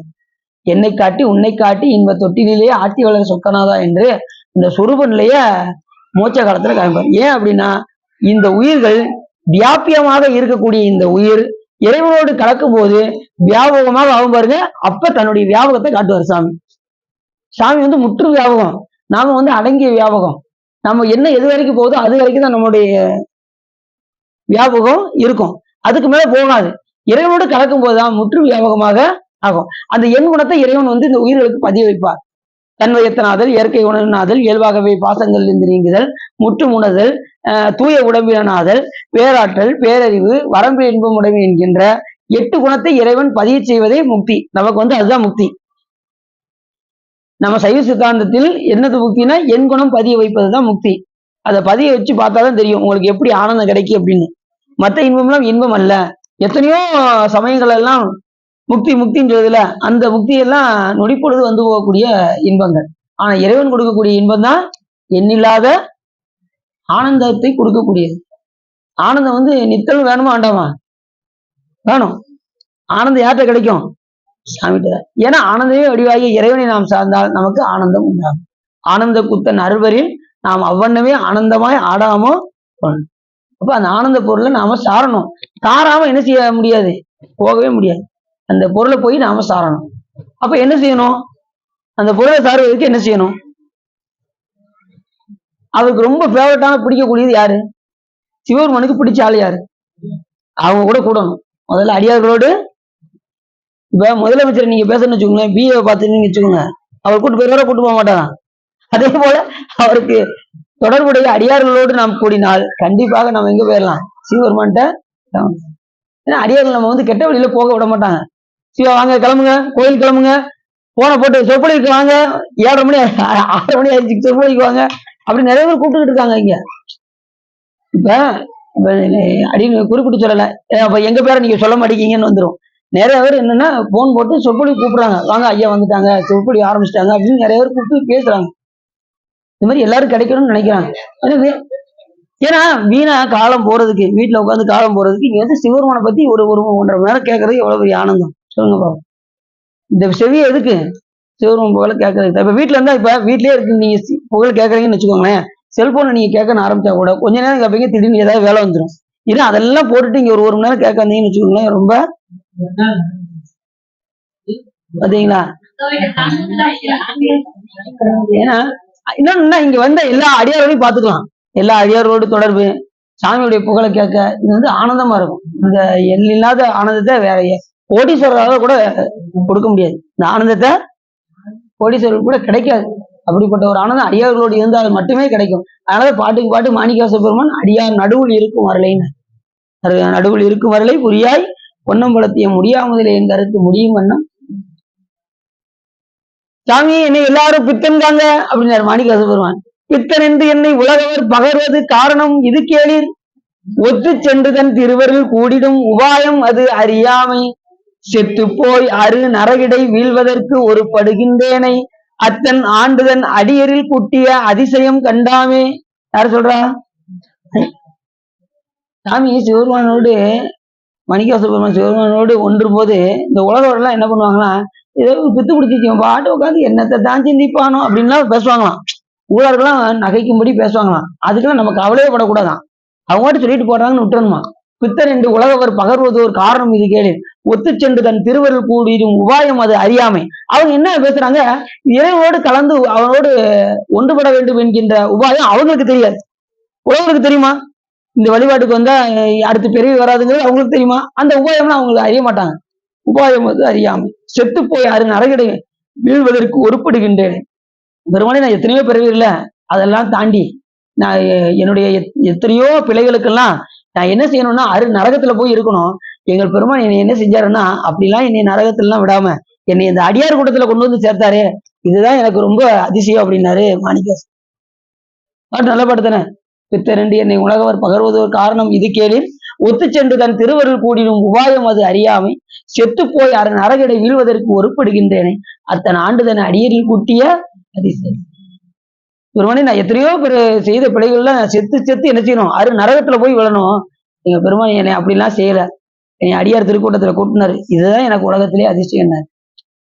நம்ம அவ்வளவு தவறு செஞ்சிருக்கோமா? எத்தனையோ பிறவி இல்லை, எண்ணில்லாத பிறவி இல்லை, மூட்டை மூட்டையா கிடக்கு. அத்தனையும் அவுத்தாருன்னு வச்சுக்கோங்க, நம்ம எத்தனை நரகம் எத்தனை சொர்க்கலோகம் அப்படின்னா நமக்கு கணக்கே பண்ண முடியாது. அந்த அளவுக்கு நம்ம ஒவ்வொரு உலகத்திலையும் சாமி என்ன செய்வாரு, அத நம்ம சித்தியால கூட சொல்லுவாரு, அருள்நாள் உரைத்த நூலில் வழிவழி அதம் செய்யேன், இருளாம் நிறைய துன்பத்து இட்டு இரும்பாவும் தீர்ப்பன், பொருளாம் போகத்தை வைத்து புண்ணியமும் தீர்ப்பன், மருளாம் மலங்கதிர்க்கும் மருந்தும் இவை வைத்தியநாதன். இருளாம் நிறைய துன்பத்தை இட்டு இரும்பாவும் தீர்ப்பன்னா நரகலோகத்துல வச்சு அந்த தண்டனையை அனுபவிச்சு மறுபடியும் கொண்டு வந்து எங்க கொடுப்பாராம், புண்ணிய பலனுக்கு தகுந்த மாதிரி சொர்க்கலோகத்தை கொண்டு போய் கொஞ்ச நாள் வைப்பாராம். பொருளாம் போகத்தை வைத்து புண்ணியமும் தீர்ப்பன், கெட்டது செஞ்சதுக்கு நரகலோகம், முதல்ல நரகம் தான் ஃபர்ஸ்டாம், ரெண்டாவது புண்ணியம், புண்ணியத்துக்கு தகுந்த மாதிரி சொர்க்கலோகம் அனுப்பிச்சுட்டு மறுபடியும் எங்க வருமா, இங்க பிறவிக்கு. ஆனா இந்த பிறவிக்கு வராத நிலைக்கு என்ன செய்யணும்னா, நம்ம கிட்ட இருக்கக்கூடியது ஆணவ மலம், அந்த மலத்தை நீக்கக்கூடிய ஒரே மருத்துவர் யாருன்னா வைத்தியநாதன் அப்படின்னு. மருளாம் மலங்கதிர்க்கும் மருந்தும் இவை வைத்தியன். அப்படி சாமியுடைய எல்லில்லாத கருணை. ஆமா சாமி தொழும்புன்னா தொழும்புன்னா தொண்டு செய்தல் அர்த்தம். தொழும்பு தொண்டு செய்தல், தொழும்பர் அப்படின்னாலே சாமி தான், நம்மளை தொண்டு செய்ய வைக்கிறார்ல, அதனால சாமிக்கு தொழும்பர்னு பேரு. அப்படி இவர் இந்த இடத்துல தொழும்பர்னா அடியார்களையும் குறிக்கும். தொண்டு செய்யக்கூடிய அடியார்களையும் தொழம்பரும் குறிக்கும். இது அவங்களுக்கு சரி. இப்படி தேவர்கள் எல்லாம் போய் சென்று தடத்த கிணத்துக்கு வர வேண்டும் என்று அவர்கள் கேட்டார்கள். பறையும் நீயும் உண்டாக்கிய போகத்தின் பாரம் தரையும் அடந்தையும் பரிப்பறி தாவென தளர்வா உரை செய்யும் பொழுதே ஏழைய பையுள் உற்றில் ஏவோம் விரைய நீக்கு யானச்சுரர் குளங்கோடு விளம்ப. இப்ப என்ன சொல்றாங்க அப்படின்னா, பெருமானே நீ என்ன செய்ய வேண்டும் என்றால் இந்த நிலத்தில் வந்து எங்களுக்கெல்லாம் அருள் செய்ய வேண்டும் என்று வானவர்கள் எல்லாம் திரண்டு வந்து என்ன செஞ்சாங்களா, முதல்ல என்ன கேட்டாங்க, திரண்டு வந்து அவனுடைய தரிசனத்தை வேண்டினார்கள். முதல்ல கைலாயத்துக்கு வந்தாங்க, துன்பம் தாங்க முடியாம கைலாயத்துக்கு வந்தாங்க. வந்து முதல்ல குழுவினார்கள், அதுக்கப்புறம் முறையிட்டார்கள். அதுக்கப்புறம் சாமிகிட்ட முறையிட்டதுக்கு அப்புறம் கடற்கலத்திற்கு வர வேண்டும் என்று கேட்டார்கள். கேட்டுக்கொண்டதுக்கு அப்புறம் அவங்க என்ன செஞ்சாங்க, முறையிட்டாங்க. என்ன முறையிட்டாங்கன்னா, அவுணர்களால் நாங்கள் துன்பப்படுகின்றோம் என்று அழுது முறையிட்டார்கள். யார்கிட்ட? சிவபெருமானிடம் முறையிட்டாங்க. அப்படி முறையிட்டதுக்கு அப்புறம் என்ன ஆச்சு அப்படின்னா, சாமி அப்படி புன்னகையோடு, எப்பா நீங்க கவலைப்படாதீங்கப்பா அப்படின்னு சிவபெருமான் சொன்னாராம். மூடலும் திருவுள்ளம் கனிய முக்கண்ணன் அருள் கொடு சயனத்தை நீத்தனமாதி வீரிய போய். இப்ப என்ன பண்ணாரா, இதை வந்து கந்த புராணத்துல எப்படி சொல்றாங்க அப்படின்னா, இதே மாதிரிதான் இதுக்கும் கந்த புராணத்துக்கு ரொம்ப வித்தியாசம்லாம் கிடையாது. கந்த புராணத்துக்கு நேரா போயிட்டாங்கன்னா, இப்ப இவங்க எப்படி தடத்த இலக்கணத்துக்கு வர சொன்னாங்களோ, அங்க வந்து சாமி என்ன பண்ணாரு, அதை அழிப்பதற்கு ஒரு இப்ப அவுணர்களை அழிப்பதற்கு உங்களிடம் இருந்து சக்தி வர வேண்டும் என்று இவங்க கேட்டாங்க. சக்தி கேட்டாங்க. இதுல வந்து அதுல எப்படி கேட்டாங்க அப்படின்னா, கந்த புராணத்துல ஆதியும் நடுவும் ஈரும் அருவமும் உருவமும் ஒப்பும் ஏதுவும் வரவும் போக்கும் இன்பமும் துன்பமும் இன்றி வேதமும் கடந்து நின்ற விமலா ஒரு புதல்வன் தன்னை. என்ன கேட்டாங்க, ஆதியும் அந்த நீங்க கொடுக்கக்கூடிய குழந்தை எப்படி இருக்கணும் அப்படின்னா, ஆதியும் நடுவும் ஈரும் அருவும் உருவும் ஒப்பும் ஏதுவும் வரவும் போக்கும் இன்பமும் துன்பமும் இன்றி வேதமும் கடந்து நின்ற விமலா ஓர் புதல்வன் தன்னை நின்னையே நின்பால் நிகர்க்க என்றார். அது சக்தி திறந்து வரக்கூடாது, பெருமானே உங்களிடம் இருந்து வர வேண்டும் என்று யாரு கேட்டான்? தேவர்கள் எல்லாம் போய் சாமிகிட்ட கேட்டாங்க. அந்த குழந்தைக்கு ஆதி இருக்கக்கூடாது, அந்த இருக்கக்கூடாது, தொடக்கம் இருக்கக்கூடாது, முடிவு இருக்கக்கூடாது, இன்பம் இருக்கக்கூடாது, துன்பம் இருக்கக்கூடாது, பிறப்பு இருக்கக்கூடாது, இறப்பு இருக்கக்கூடாது, இப்படிப்பட்ட குழந்தை வேணும் அப்படின்னாங்க. இதெல்லாம் யாருக்கு இருக்கும்? சிவபெருமான் ஒருத்தருக்கு தான் இருக்கும். அப்ப இவங்க என்ன செஞ்சாங்க, மறைமுகமாக சாமிகிட்ட போய் கட்டளை இடக்கூடாதான், இதை செய்யுங்க அதை செய்யுங்கன்னு என்ன செய்யக்கூடாதான், எங்களுக்கு எல்லாம் ஒரு குழந்தை வேணும், எப்படி செய்வீங்க ஏது செய்வீங்களோ எங்களுக்கு தெரியாது, ஒரு குழந்தைய கொடுத்து அசுரர்களை அழிச்சு எங்களை காப்பாத்துங்க அப்படின்னு சொல்லுவாங்க.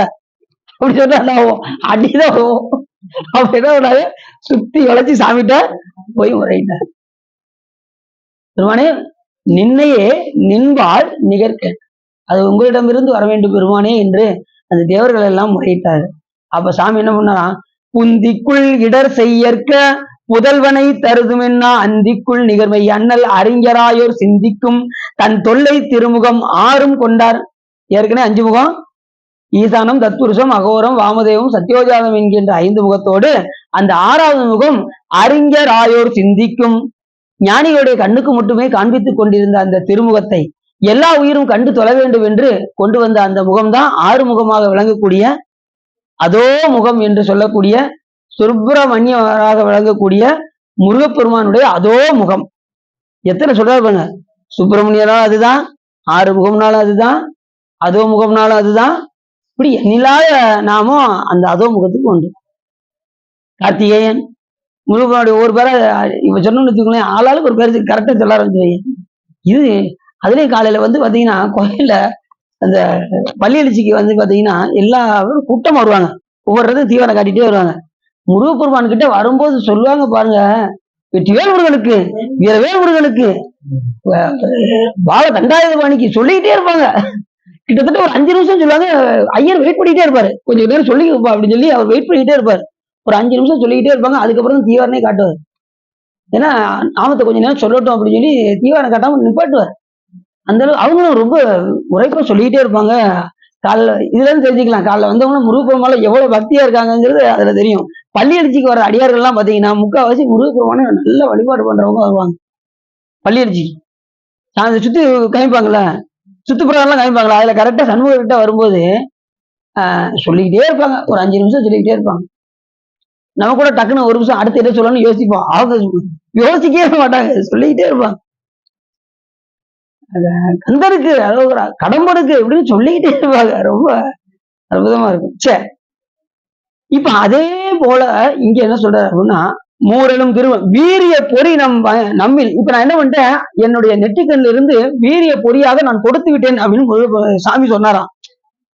அதை நீங்க கொண்டு போய் சேருங்கள் அப்படின்னு சாமி யார்கிட்ட சொன்னாராம், இந்த தேவர்களிடம் சொன்னாராம். வீரிய பொறி நம்மிடமிருந்து வெப்பி நாரி பக்கமும், அது 4 பக்கம் என்ன செய்யுது, அந்த 6 முகம் 6 பொறியாக கிளம்பி ஒவ்வொரு பக்கமா போதான். அதற்கிட நவிதல், அதற்கு இடத்தை நீங்கள் அறிவியுங்கள் என்று யார் சொன்னார், சிவபெருமான் தேவர்கள்ட்ட பார்த்து சொன்னார்.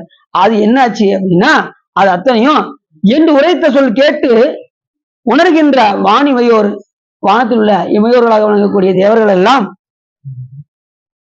மூர்த்திகள் 8 வையில் பார்மகளாகும் தொடர்பான மற்ற வைத்து எம்மை காத்தருள் என சிவன் மகிழ்ந்து, பெருமானே எங்களை காத்து, அது அந்த 8 மேனி அப்படி போச்சு பாருங்க, இவங்களால தாங்க முடியல. பெருமானே எங்களை காத்து அருள வேண்டும் என்று தேவர்கள் எல்லாம் கேட்டாங்க.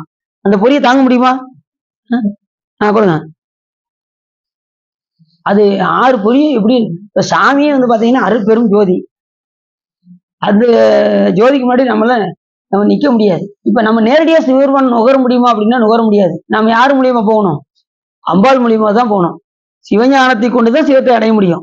நேரடியா சிவத்தை என்ன செய்ய முடியாது, நம்மளால அடைய முடியும். அதனாலதான் அப்போ சொன்னாரு, ஞானத்தால் தொழுவார் சில ஞானிகள், ஞானத்தால் தொழுகிலே நானிலே, ஞானத்தால் தொழுவார்கள் தொலைக்கண்டு, அந்த ஞானத்தினாலே நான் தொழுகிலேனே அப்படின்னாரு. அப்ப நமக்கு என்ன வேணும், சிவபெருமானை அடைவதற்குன்னா சிவஞானம் நமக்கு வேணும். ஏற்கனவே உங்கள்கிட்ட சொல்லியிருக்கேன். நீங்க அப்படிங்களா? இப்ப நடராஜ பெருமான் பக்கத்துல யார் இருக்கா, தங்கம் சாப்பிடுங்க சார், தங்கம் சாப்பிடுங்களா, சிக்க அப்படியா என்ன? இப்ப நடராஜன் பக்கத்துல யாரு இருக்கா, சிவகாமி அம்பாள். இப்ப எதுக்காக அம்பாள் பக்கத்துல இருக்காங்க அப்படின்னா, அதுவும் பாத்தீங்கன்னா சாமியை பார்த்துருக்க மாட்டாங்க. அந்த படத்தை பார்த்துருக்கீங்களா நீங்க? இப்ப நம்மளுமே இங்க திரும்பிதான் வச்சிருக்கோம்.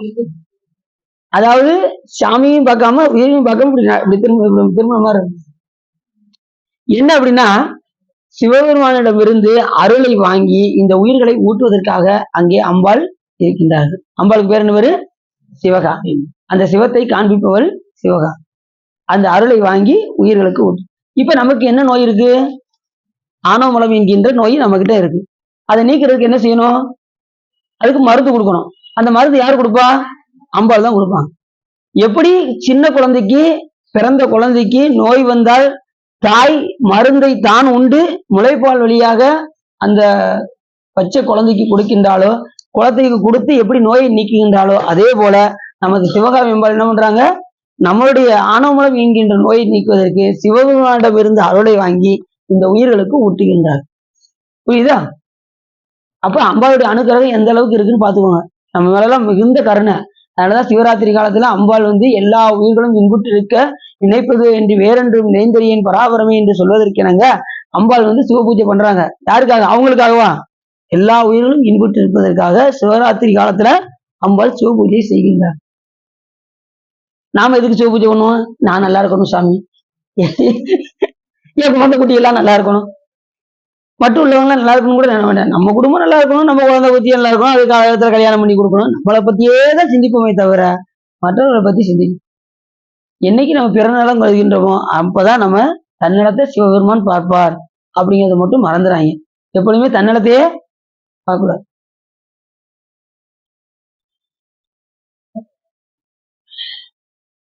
அறிவினால் ஆகுவதன் பெருதி நோய் தன்னோய் போல் போற்றாக்கடை. அறிவு கொடுத்ததின் பயன் என்னன்னா, பிற உயிர் கண்டு இறங்குதான். நம்மளை பத்தியே சிந்திக்க கூடாது, பிறரை பற்றி சிந்திக்க அப்படின்னு வீட்டுல போய் சொன்னோம்னு வச்சுக்கோங்க, தம்பி அவ்வளவுதான், முதல்ல நீங்க சம்பாதிக்க தம்பி, அதுக்கப்புறம் என்ன பண்ணுவாங்க, முதல்ல சம்பாதிச்சு நீங்க வீட்டுக்கு கொடுங்க, அதுக்கப்புறம் பார்ப்போம் அப்படின்னு வச்சிருவாங்க.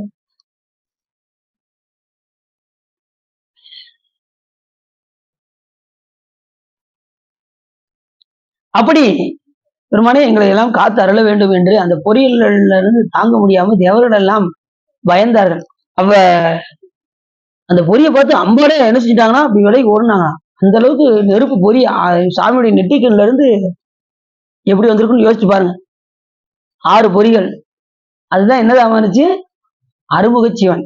6 பொறிகளும் இப்ப நம்ம போனோம்ல, கடைசி எங்க போனோம்? சுவாமி மலை போனோமா? அங்க என்ன பாத்தீங்க? முருகப்பெருமான் பாத்தீங்களா? எப்படி வந்தாரு? நீங்க இப்படி கேள்வி கேட்டாலாம் எனக்கு தெரியாது. ஏதோ கொண்டு போய் விட்டீங்க, நான் போய் சாமி தரிசனம் பண்ணேன். எப்படி சார்? ஆமா, அங்க குருவா இருப்பாரு. சாமி நின்ற குளத்துல இருப்பாரு. பக்கத்துல வந்து பாத்தீங்கன்னா அங்க ஒரு சிவலிங்கம் இருக்கும். தாரக மந்திரம் அந்த சாமிக்கு தான், அந்த சிவலிங்கத்துக்கு தான் சாமி என்ன பண்ணாரு, உபதேசம் பண்ணியிருக்காரு. அங்க வந்து பிரதோஷம் மட்டும்தான், அங்க அபிஷேகம் கிடையாது. கீழே உள்ள சொக்கநாதர் இருப்பாரு, அவருக்கு தான் அபிஷேகம். மேல உள்ள தாரக பிரம்மேஸ்வரருக்கு வந்து கிடையாது. ஏன்னா உபதேசம் பண்ணது அங்கதான். அதனால அங்க லிங்கம் இருக்கும். அது கீழே வந்து சொன்னதுக்கு அப்புறம் தான் எங்களுக்கே தெரிஞ்சது, சுவாமி மலையில. மற்ற அபிஷேகம் எல்லாமே கீழே இருக்கக்கூடிய சொக்கநாதர் இருக்கு, மேல இருக்கக்கூடிய தாரக பிரம்மேஸ்வரருக்கு கிடையாது. அது அங்க போன நல்ல சிறப்பான வழிபாடு. இந்த வட்டம் சுவாமி மலைக்கு போய் அங்க போனது கூட்டமே இல்லை. மற்ற நேரம் ஒன்றும் கூட்டம் ரொம்ப இருக்கும். பெரிய இந்த இதெல்லாம் கேட்டெல்லாம் வச்சிருப்பாங்க, ரொம்ப கஷ்டமா இருக்கும் சாமி பாக்குறதுக்கே. இதுக்கு முன்னாடி அடியும் போகணும்லாம் ரொம்ப கஷ்டப்பட்டு தான் பார்த்தேன். இந்த வட்டம் எளிமையா பார்த்துட்டு இருந்தாச்சு. ஏன்னா போன அடியார்கள் அப்படி எல்லாருமே பார்த்தீங்கன்னா ரொம்ப சிறப்பா இருந்தாங்க, யாருமே அசரவே இல்லை. அடுத்தது என்னன்னா, சில இடத்துக்கு நம்ம போனோம்னு வச்சுக்கோங்களேன், ஆளுக்கு டீ குடிக்க பாதி பேர் போயிடுவாங்க, பாத்ரூம் பாதி பேர் போயிடுவாங்க, அதுவே டைம் பாதி போயிடும். எதுனாலும் 12 மணிக்கு மேல வச்சுக்கோங்கன்னு சொல்லி அத்தனை வரையும் கூட்டு போய் கடை எல்லாம் 12 மணிக்கு நட சாத்தினதுக்கு அப்புறம் தான் எல்லாமே வச்சுக்கிட்டோம். என்ன அது ஒரே ஒரு வட்டம் மட்டும் டீ குடிக்க போனதுனால அந்த விலையும் ஒரு கோயில் பார்க்க முடியாம போச்சு. அதனால ரொம்ப வருத்தமா இருக்கு.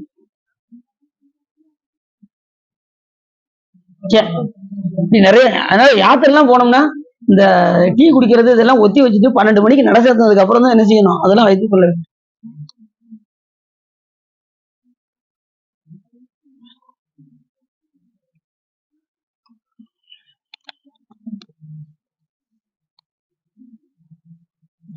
இப்ப அந்த வெப்பம் என்ன ஆச்சு அப்படின்னா, அப்படியே 6 பொறியாக்கி நேர யாருக்கு போய் தீக்கடவுளாக விளங்கக்கூடிய அக்னியிடம் கொண்டு போய் சேர்த்தது. நிலமடந்து வாழ் வீரியம் சேர்த்தலும் நிலமான் படைய வீரியவன் பிளம்பை புனல் அடுக்கும் வெயிர் உடலம் வைத்து உயிர்த்து சுழனனை கொள்ள தேவர்கள் இறைந்து சுமந்தான். முதல்ல யார் செஞ்சாங்கன்னா தீக்கடவுளாக விளங்கக்கூடிய அக்னி கொண்டு போய் சுமந்தாராம். அதுக்கப்புறம் யார் சுமந்தா அப்படின்னா, அவர் சுமக்க முடியாம கங்கையில கொண்டு போய் சேர்த்தாராம். அவர் எங்க கொண்டு போய் சேர்த்தாரு? கங்கையில் போய். கங்கையில் கொண்டு போய் சேர்த்ததும் அந்த சொல்றாரு, கங்கையில் சேர்த்ததும் வெய்ய செந்து அழல் என்னது, நெருப்பு கடவுள் கொண்டு போய் மெலிந்து உரைய கோவன கங்கையில் கொண்டு சேர்த்தலும் மொய்யினார் பனிமால் வரை ஒரு புடை முளரி செய்ய பூஞ்சர வனத்தியிடம் பெருமிதம் சிறந்து. இப்ப என்ன சொல்றாரு அப்படின்னா, கடைசி அங்க இருந்து கங்கைட்ட இருந்து நேரா கொண்டு வந்து எல்லாரும் கொண்டு போய் எங்க சேர்த்தாங்க? சரவண பொய்கை இருக்கு பாருங்க, சரவண பொய்கையில கொண்டு வந்து சேர்த்தாங்க. அந்த இப்ப அந்த 6 பொறியில எங்க வந்துருச்சு?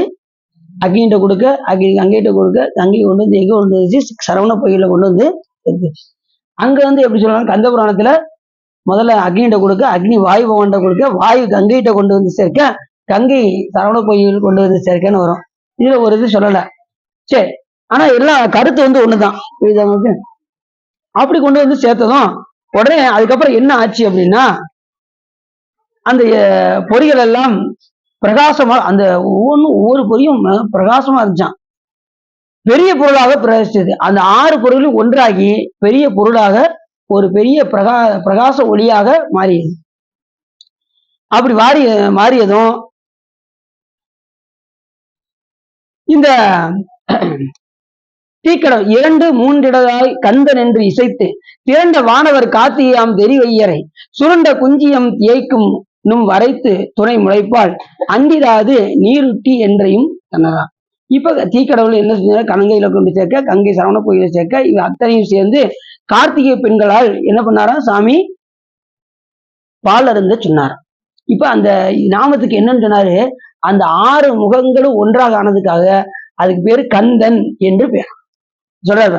2 3 கந்தன் என்று இசைத்து, இப்ப அந்த 6 முகமும் ஒன்றாக ஆகி பிரகாசித்தது பாருங்க.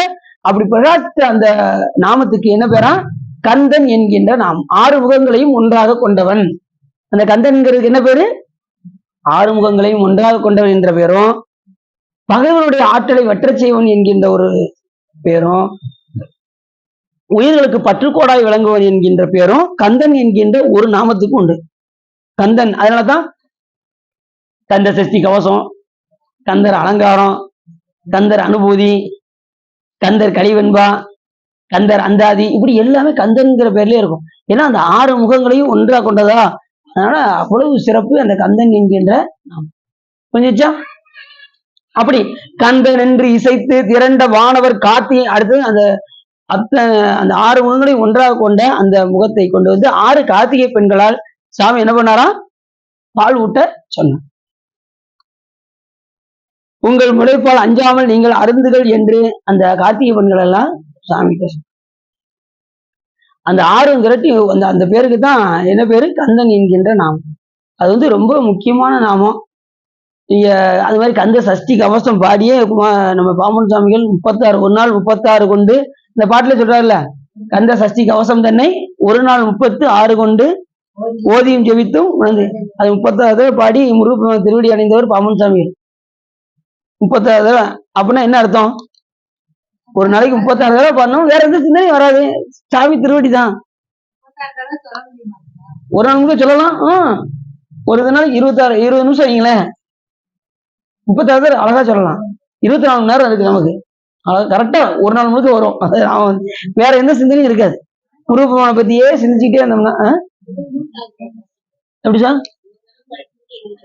20 நிமிஷம். ஆமா, 20 நிமிஷம் ஆகும். கரெக்டா நீங்க 36 தடவை படிச்சீங்கன்னா 24 நாள் சரியா போயிரும்னு நினைக்கிறேன். அப்படிதான் இருக்கும்னு நினைக்கிறேன். அடிக்கடி படிச்சது இல்ல. 36 தடவை வாய்ப்பு வந்தா பாடி பாருங்க. ஒரு நாள் 36 கொண்டு ஓதியும் ஜெபித்தும் உணர்ந்தினி. ஒரு நாள் 24 நேரம் இது டைம் போட்டுருங்க. 36 தடவை பாடி பாருங்க. ஒரு தடவை பாடி பாடி ஞாபகத்துக்காக என்ன செய்வீங்க? சில பேர் பக்கத்துல எழுதி வச்சுக்க. ஓதியும் ஜெபித்தும் உணர்ந்தினர். ஏன்னா அதை பத்தியே சிந்தனைகள், வேற எந்த சிந்தனையும் இல்லாதது. ஓதியும் ஜெபித்தும்னா அதையே சொல்லி கொண்டிருப்பது. ஜெபித்தும் உணர்ந்தினி, அதுவும் சொல்றது பேச கிடையாது, உணர்ந்தின்னு உணரணும். அதுதான் முக்கியம். ஓதி ஜெபிக்கிறத காட்டிலும் உணரணும். உணர்வதுதான் முக்கியம். உணத்தில் உணர்வேன் உணர்த்தாயே நாயேன் கனத்தும் உணரும் வகை காணேன் உணர்த்தி என்னுள் பூண்ட மலமாயை கண்பும் போக்கி சிவானந்தத்து ஆண்டரில் வை சொக்கநாதா அப்படிங்கிறார்ல. அப்போ உணர்த்தி என்னுள் பூண்ட மலமாயை கண்பும் போக்கி சிவானந்தத்து ஆண்டர். உணரணும். ஏதேது சொல்றேன், முடிஞ்ச சொல்றேன். ஏதேது செய்திடினும் ஏதேது பேசிடினும் ஏதேது சிந்தித்து இருந்திடினும் மாதேவானின் செயலே என்று நினதருளாலே உணரின் என் செயலே காண்கிலேன், என் செயலே காண்கிலேன். என்ன சொல்றாரு? ஏதேது செய்திடினும் ஏதேது பேசிடினும் ஏதேது சிந்தித்து இருந்திடும் ஆதேவா நின் செயலே என்று உணரப்பட்டேன்னு சொன்னாரு. அறியப்பட்டேன்னு சொன்னாரு. உணர்வுதான் ரொம்ப முக்கியம். உணர்வுமா அறிவோமா? முதல்ல அறிவோம், அதுக்கப்புறம் உள்ள போய் உட்கார்ந்து உணர்வோம். அப்படிங்கிறது உணரணும். சாமி நம்ம எந்த ஒரு செயலை செய்தாலும் இப்ப நம்ம சொல்லுவோம் எல்லாம் சிவன் செய்யணும் நம்ம சொல்லலாம், வெளிப்படையா சொல்லலாம், எல்லாம் சாமி திருவருள்னு சொல்லலாம். ஆனா அது எங்க இருந்து வரணும்? உள்ள இருந்து வரணும். சாமியுடைய திருவருள் என்று நாம் சொல்றது சாமிக்கு நல்லா தெரியும். இவன் உண்மையிலே போலியா சொல்றானா உண்மையா சொல்றான்னு யாருக்கு தெரியும்? சிவன் மட்டும். ஆனா நீங்க சொல்லிக்கிட்டே இருங்க, அது உண்மையாவே மாறிடும். நம்ம சொன்னாலும் கூட அதை சொல்லிக்கிட்டே இருங்க, சாமி திருவருள் திருவருள் திருவருள் சொல்லுங்க. அப்படியே எல்லா செயலையும் சாமி எடுத்துக்கிறார். அப்படி சொல்லிட்டோம்னா நம்முடைய நன்மை தீமை எல்லாத்தையும் சிவபெருமானே, தீமை நன்மை முழுதும் நீ அப்படின்னாரு. அது இன்னொரு பாட்டிலையும் நன்றே செய்வாய் பிழை செய்வாய் நானோ இதற்கு நாயகமேனாரு மாணிக்கவாசகர்.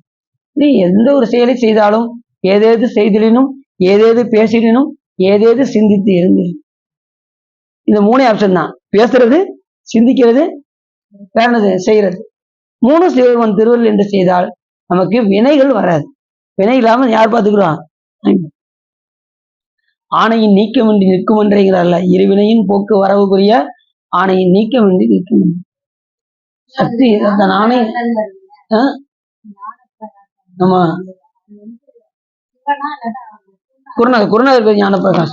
குருநாதரை சிவமா பார்க்கணுங்கிறதுக்காக அவர் குருவை சிவமா பார்க்கணும். இப்ப நம்ம குருநாதர் தீட்சை எடுத்த குருநாதர் சிவமா பாக்குறோம்ல, அதே மாதிரி அவருக்கு தீட்சை கொடுத்த குருநாதர் வந்து கமல ஞான பிரகாசம். இப்ப நந்திய பெருமானு அவருடைய குருநாதர் யாரு? திருமலையோட குருநாதர் யாரு? அவர் பாட்டுல எப்படி பாடியிருக்காரு? தன்னுடைய குருவை சிவமா பாடியிருக்காரு.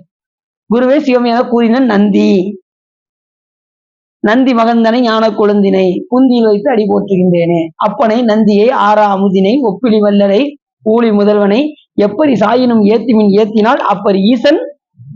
அந்த இடத்துல நந்தி நந்தி சொல்றது பூராமே சிவம்னு நினைச்சுக்கணும். அவர் குருநாதராக இருந்தாலும் கூட குருவை எப்படி பார்ப்பாங்க? சிவமாக பார்ப்பார்கள். அதனால குரு வந்து நந்தி வந்து சுவாமிதான். நந்தி நாமம். அப்ப நந்திங்கிறது யாருடைய நாமம்? சிவபெருமானுடைய. அப்படி சொல்றாரு, நிறைய சொல்றாரு, நம்ம வரலாறு எல்லாம் நிறைய சொல்றாங்க. அப்படி சாமி எப்படி இருப்பாராம்? குழந்தையா இருக்கும்போது சுருட்ட முடி இருக்கு பாத்தீங்களா, அப்படி இருப்பாராம் முருகப்பெருமான். வந்து பல்லு முளைக்காம இருப்பாராம். போருக்கு போவதிலேயே முருகப்பெருமானுக்கு பல்லு கிடையாதான். அது கந்த புராணத்துல சொல்லுவாரு. பல்முளைக்காத பாலகனோடு நான் சண்டையிடுவதான்னு சொல்லி போருக்கே வரமாட்டாரு. எல்லாத்தையும் அனுப்பிச்சு விட்டு, முதல்ல தாரகாசரன் அனுப்பி விட்டு, அதுக்கப்புறம் சிங்கவாசரன் அனுப்பி விட்டு, ஒரு பல்முளைக்காத பாலகனோட எனக்கு என்னுடைய வீரத்துக்கு இதாகுது அப்படின்னு நினைப்பாரு. யாரு? வீரேஸ்வரர். அப்ப சாமி எப்படி இருந்திருக்காரு போர் புரியும் போது? இன்னொன்னா திருச்செந்தூர் நல்லா தெரிஞ்சுக்கோங்க, ரொம்ப முக்கியமான ஒரு தலம். ஏன் நம்ம சொல்றோம் அப்படின்னா, இந்த ஆறு படைன்னு சொல்லுவாங்கல்ல, ஆற்றுப்படைன்னு சொல்லுவாங்க. ஆறு படைங்கிறது என்ன அப்படின்னா, இந்த போர் புரியும் போது ஒரு இடத்துல நிப்பாங்க பாருங்க. போர் புரிஞ்சு வெற்றியை பகிர்ந்து கொள்ள ஒரு இடத்துல நிப்பாங்க பாருங்க. அப்படிப்பட்ட இடம் வந்து ஆற்றுப்படைன்னு பேரு. அந்த போரை நிறுத்துற இடத்துக்கு பேரு ஆற்றுப்படைன்னு பேரு. அதுல முக்கியமா ஆற்றுப்படையினாலே நமக்கு திருச்செந்தூரை தான் சொல்லணும். ஆனா அதை ஆறுபடுத்தி, ஆற்றுப்படுத்துதல் அப்படின்னா வகைப்படுத்துதல், இந்த மாதிரி அதுக்கப்புறம் 6 வகையாக பிரிச்சு நமது திருமுருகாற்றுப்படையில சொன்னாரு. முக்கியமா 6 படையில சிறப்பானது எதுன்னா திருச்செந்தூர் தான். இந்த குன்றுதோர் ஆடல்ங்கிறது போது நமக்கு ஒரு திருத்தணி போன்ற மலைகள் எல்லாம் நிறைய வருது. அந்த குன்றுதோரோடு சேர்ந்ததுதான் பழனி. ஆனா 3வது படை வீடாக இருக்கக்கூடிய திரு ஆவினன்குடி என்பதுதான் 3வது படை வீடு. பழனி கிடையாது, நல்லா தெரிஞ்சுக்கோங்க. 3வது படை வீடு எது? திரு கீழே இருக்கக்கூடிய முருகப்பெருமான் இருக்காருல்ல, குழந்தைகள் சாமி. சாமி பேர் குழந்தைகள் பேரு. கீழே இருக்கக்கூடியதான் பாடல் பெற்றது, மேல இருக்கக்கூடிய பழனி பாடல் பெற்றதுதான். ஆனா அது குன்றுதோர் ஆடலோட வரும். அது 3வது படை வீடாக வராது. குன்றுதோர் ஆடல்னா என்ன அர்த்தம்னா, குன்றில் இருக்கக்கூடிய எல்லா முருகப்பெருமானையும் குறிக்கும். அதுல நம்ம குறிப்பிட்டு சொல்வது திருத்தணி நம்ம சொல்றோம். பழனி கீழே கூடிய திரு ஆவியன்குடி நாத விந்து கலாதி நமோ நம சிவனாமணம் குளிர உபதேச மந்திரம் இரு செவி மீதில், அதெல்லாம் திரு ஆவியன்குடியில பாடினது. இப்படி நிறைய சிறப்பு, இப்படி பல சிறப்புகள் இருக்கு. அதனால அப்படி இருந்து தங்கிய இடம் தான் திருச்செந்தூர். திருச்செந்தூர் தான் ஆறுபடைன்னு சொல்லணும். ஆறுபடை ஆற்றுப்படை, ஆறுபடை எல்லாமே திருச்செந்தூருக்கு தான் ஒரு தனி சிறப்பு. 2வது மகிழ்ந்து இருந்த இடம் எதுன்னா திருச்செந்தூர். முருகப்பெருமான் மகிழ்ந்த இடம் எதுன்னா வெற்றி வாகை சூடிய இடமும் திருச்செந்தூர். அங்கேயே, அதனாலதான் முருகப்பெருமான் அங்கேயே சுப்பிரமணிய சுவாமியாக அங்கே வீற்றிருக்கின்றார் என்பதை நாம தெரிஞ்சுக்கணும். சரி, நிறைய வருது. இப்ப திருச்செந்தூர் கடல்ல பாத்தீங்கன்னா முதல்ல கல்லா கிடைச்சது, முதல்ல எழுத்துக்கல்லா கிடைச்சது, அப்புறம் சிலைகளா கிடைச்சது, இப்ப சூழாயுதம் கிடைச்சிருக்கா. ஒவ்வொன்னா கடல்ல இருந்து கிடைச்சிக்கிட்டே இருக்கு திருச்செந்தூர்ல. நிறைய அதிசயங்களா இப்ப திருச்செந்தூர்ல நிறைய நடக்குது. சே, எல்லாம் சாமியுடைய திருவருள் தான். அப்படி சிவபெருமானுடைய சக்தியில் இருந்து வெளிப்பட, அதுல இருந்து வந்து பாத்தீங்கன்னா எண்ணில்லாத வேற என்ன பண்ணாங்க, அம்பாளுடைய அந்த வேர்வையிலிருந்து எண்ணில்லாத வீரர்கள் தோன்றினார்கள். அதுல குறிப்பிட்டு அந்த நவவீரர்கள் 9 பேரு சக்தியிலிருந்து வந்தவங்களாம். சுரர்கள் யாவரும் துதித்திர சுந்தரி தோகை திருமண செயல் புரிந்தவன் ஏவர் கோன் முதலாய் விரவு தேவர்கள் யாவரையும் முருகவேல் விழித்து கருணை கூர்ந்தவர் தன்பால் பாலின்மை. இப்ப என்ன பண்ணாரு சாமி? தேவயானை திருமணம் செய்து முருகப்பெருமான் இந்திரன் முதலாக அமரர் அனைவரையும் திருவருள் மிகுந்து எல்லாத்தையும் என்ன பண்ணாரா, போருக்கு அவர் அழைத்தாராம். யாரு? சாமி. 2வது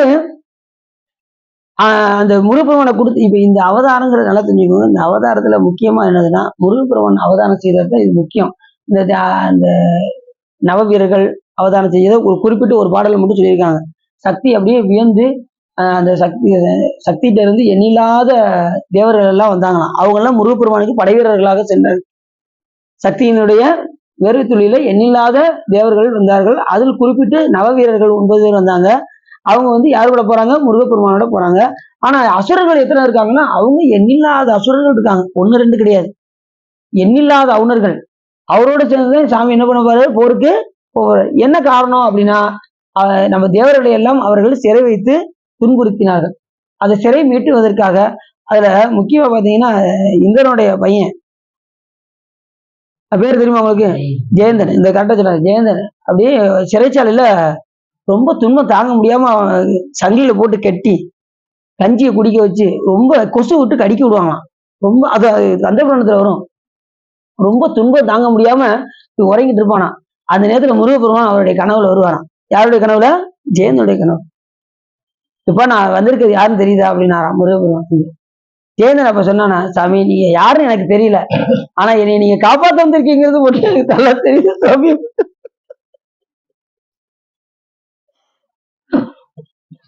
தேவர்களுக்கு மட்டும் காப்பாத்தல, நம்மளெல்லாம் காக்க வந்து கடவுள். அதான் கலியுக தெய்வம்னு முருகப்பெருமான் நம்ம சொல்ற காரணம் தான்.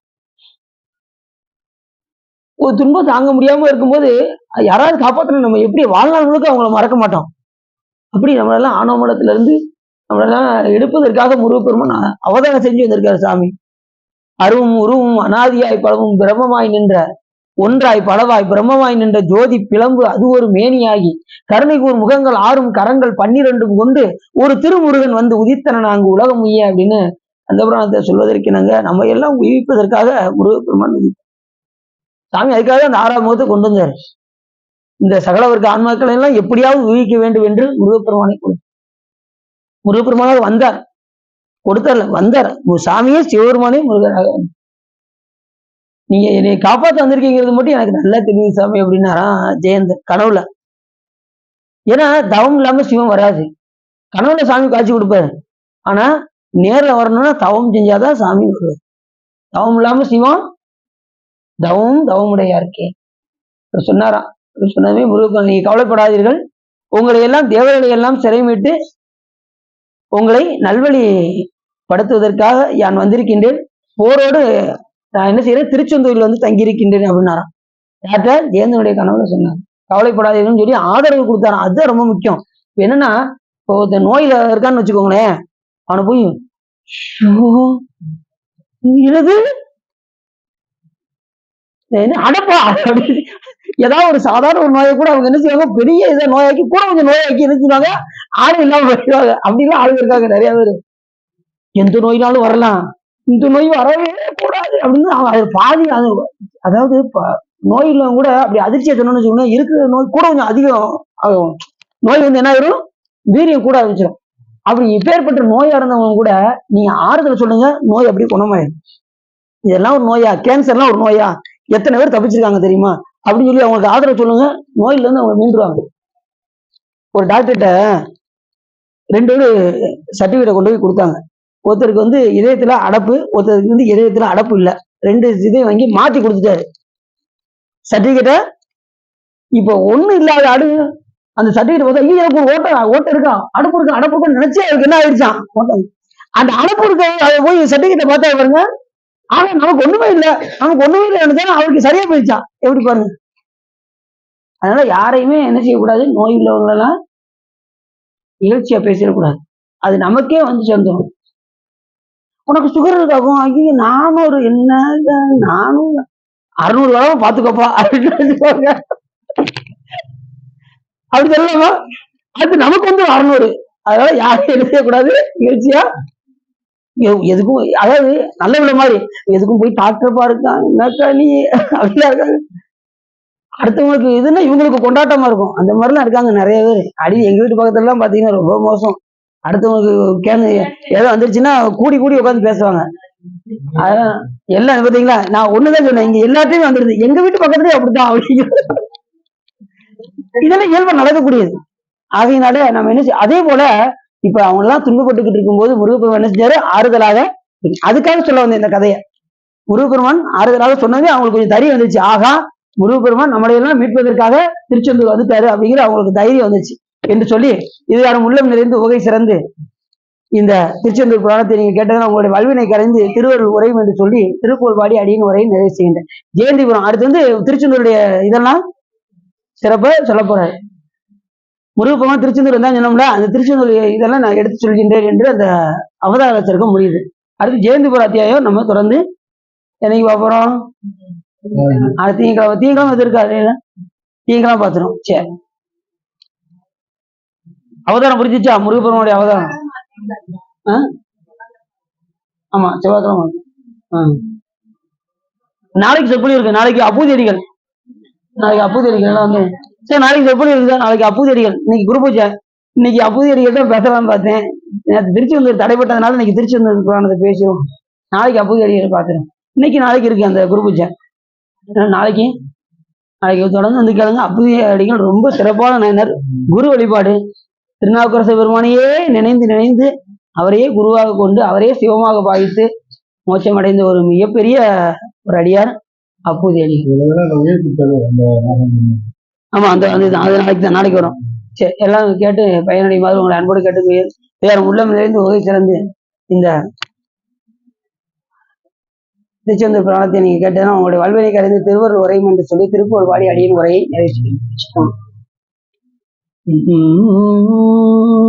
அணி செவ்வியாதிரு சூழ்புவி தனநிவியே கரையேறிட அறிவில் யாமடியேனிட அது தீர அருள்வல்லையோ நெடுநாளின மிருளில்லையோ உணமோ உனதருளில்லையோ இனமானவை அறியேனே மறுவில்லி மாவன நீடிய மனமுள்ளையாகி நகாகன அணி செவ்வியாது அருணாச்சல குணவல்லமே மாதவமே பெரு குணசாத குடிலில்லமே தருநாளது மொழிவல்ல யோகவரே பணி குருவல்லவா சிவனே சிவ குருநாதா பணிகொள்ளி மாகன பூதமோ அமர்களி கானக நாடக பரிசெல்வியாய் பரமேஸ்வரி தருகோவே படரல்லி மாமனர் பானம துடைவில்லி மாமதனாரனை பரிசெல்வியாய் மருகாசுர முருகேசா மனமுல்லையாகி நகாகன தனவல்லி மோகன மோடமர் மகிழ்தில்லை வானடமாடின அருள்வாளா மறுவள்ளி மாவன நீடிய பொல்வெள்ளி காவன மாடமை வடமுல்லை வாயிலில் மேவிய பெருமாளே பெருமாளே பெருமாளே கைலாயவரம் வரை சிவஞான போது நெறிகாட்டும் வெண்ணை பயில்வாய் மிகண்டதிக்கு மெய்ஞான பானுவாகி குயிலாரும் பொழில் திருவாவூர் நமச்சிவாயுதேவன் தைலாதி மரபடிவன் திருமரபு நீடூடி தலைகுமாதோ வான்முகில் வளாது வீகம் அடிவளம் சுரக்க மன்னன் பொன்முறை அரசு செய்க குறைவில்லாத ஈர்கள் வாழ்க நான்மறை அறங்கள் ஓங்க நற்றவும் வேள்வி மல்க மேன்மைகள் சைவ நீதி விளங்குக உலகமெல்லாம் வையம் நீடுக மாமலை மண்ணுக மெய் விரும்பிய அன்பர் விளங்குக சைவ நன்றிதான் தலை தொங்குக தெய்வன் திருநீர் சிறக்கவே ஆயுது அடந்தோல் வாழ்க அறுமுகம் வாழ்க வெப்பை குருசை தனிவேல் வாழ்க குக்குடம் வாழ்க செவ்வேல் ஏறிய மஞ்சை வாழ்க யானைதன் அணங்கும் வாழ்க மாறில்லா வள்ளி வாழ்க வாழ்க சீர் அடியாரெல்லாம் வாழ்க சீர் அடியாரெல்லாம் வாழ்க சீர் அடியாரெல்லாம் அழகம் பார்வதி பதையே நாடு இதுவனையை போற்றி வெற்றிவேல் முருகனுக்கு சிற்றம்பலம் தில்லையம்பலம் பொன்னம்பலம் அருணாச்சலம் ஏகாம்பலம்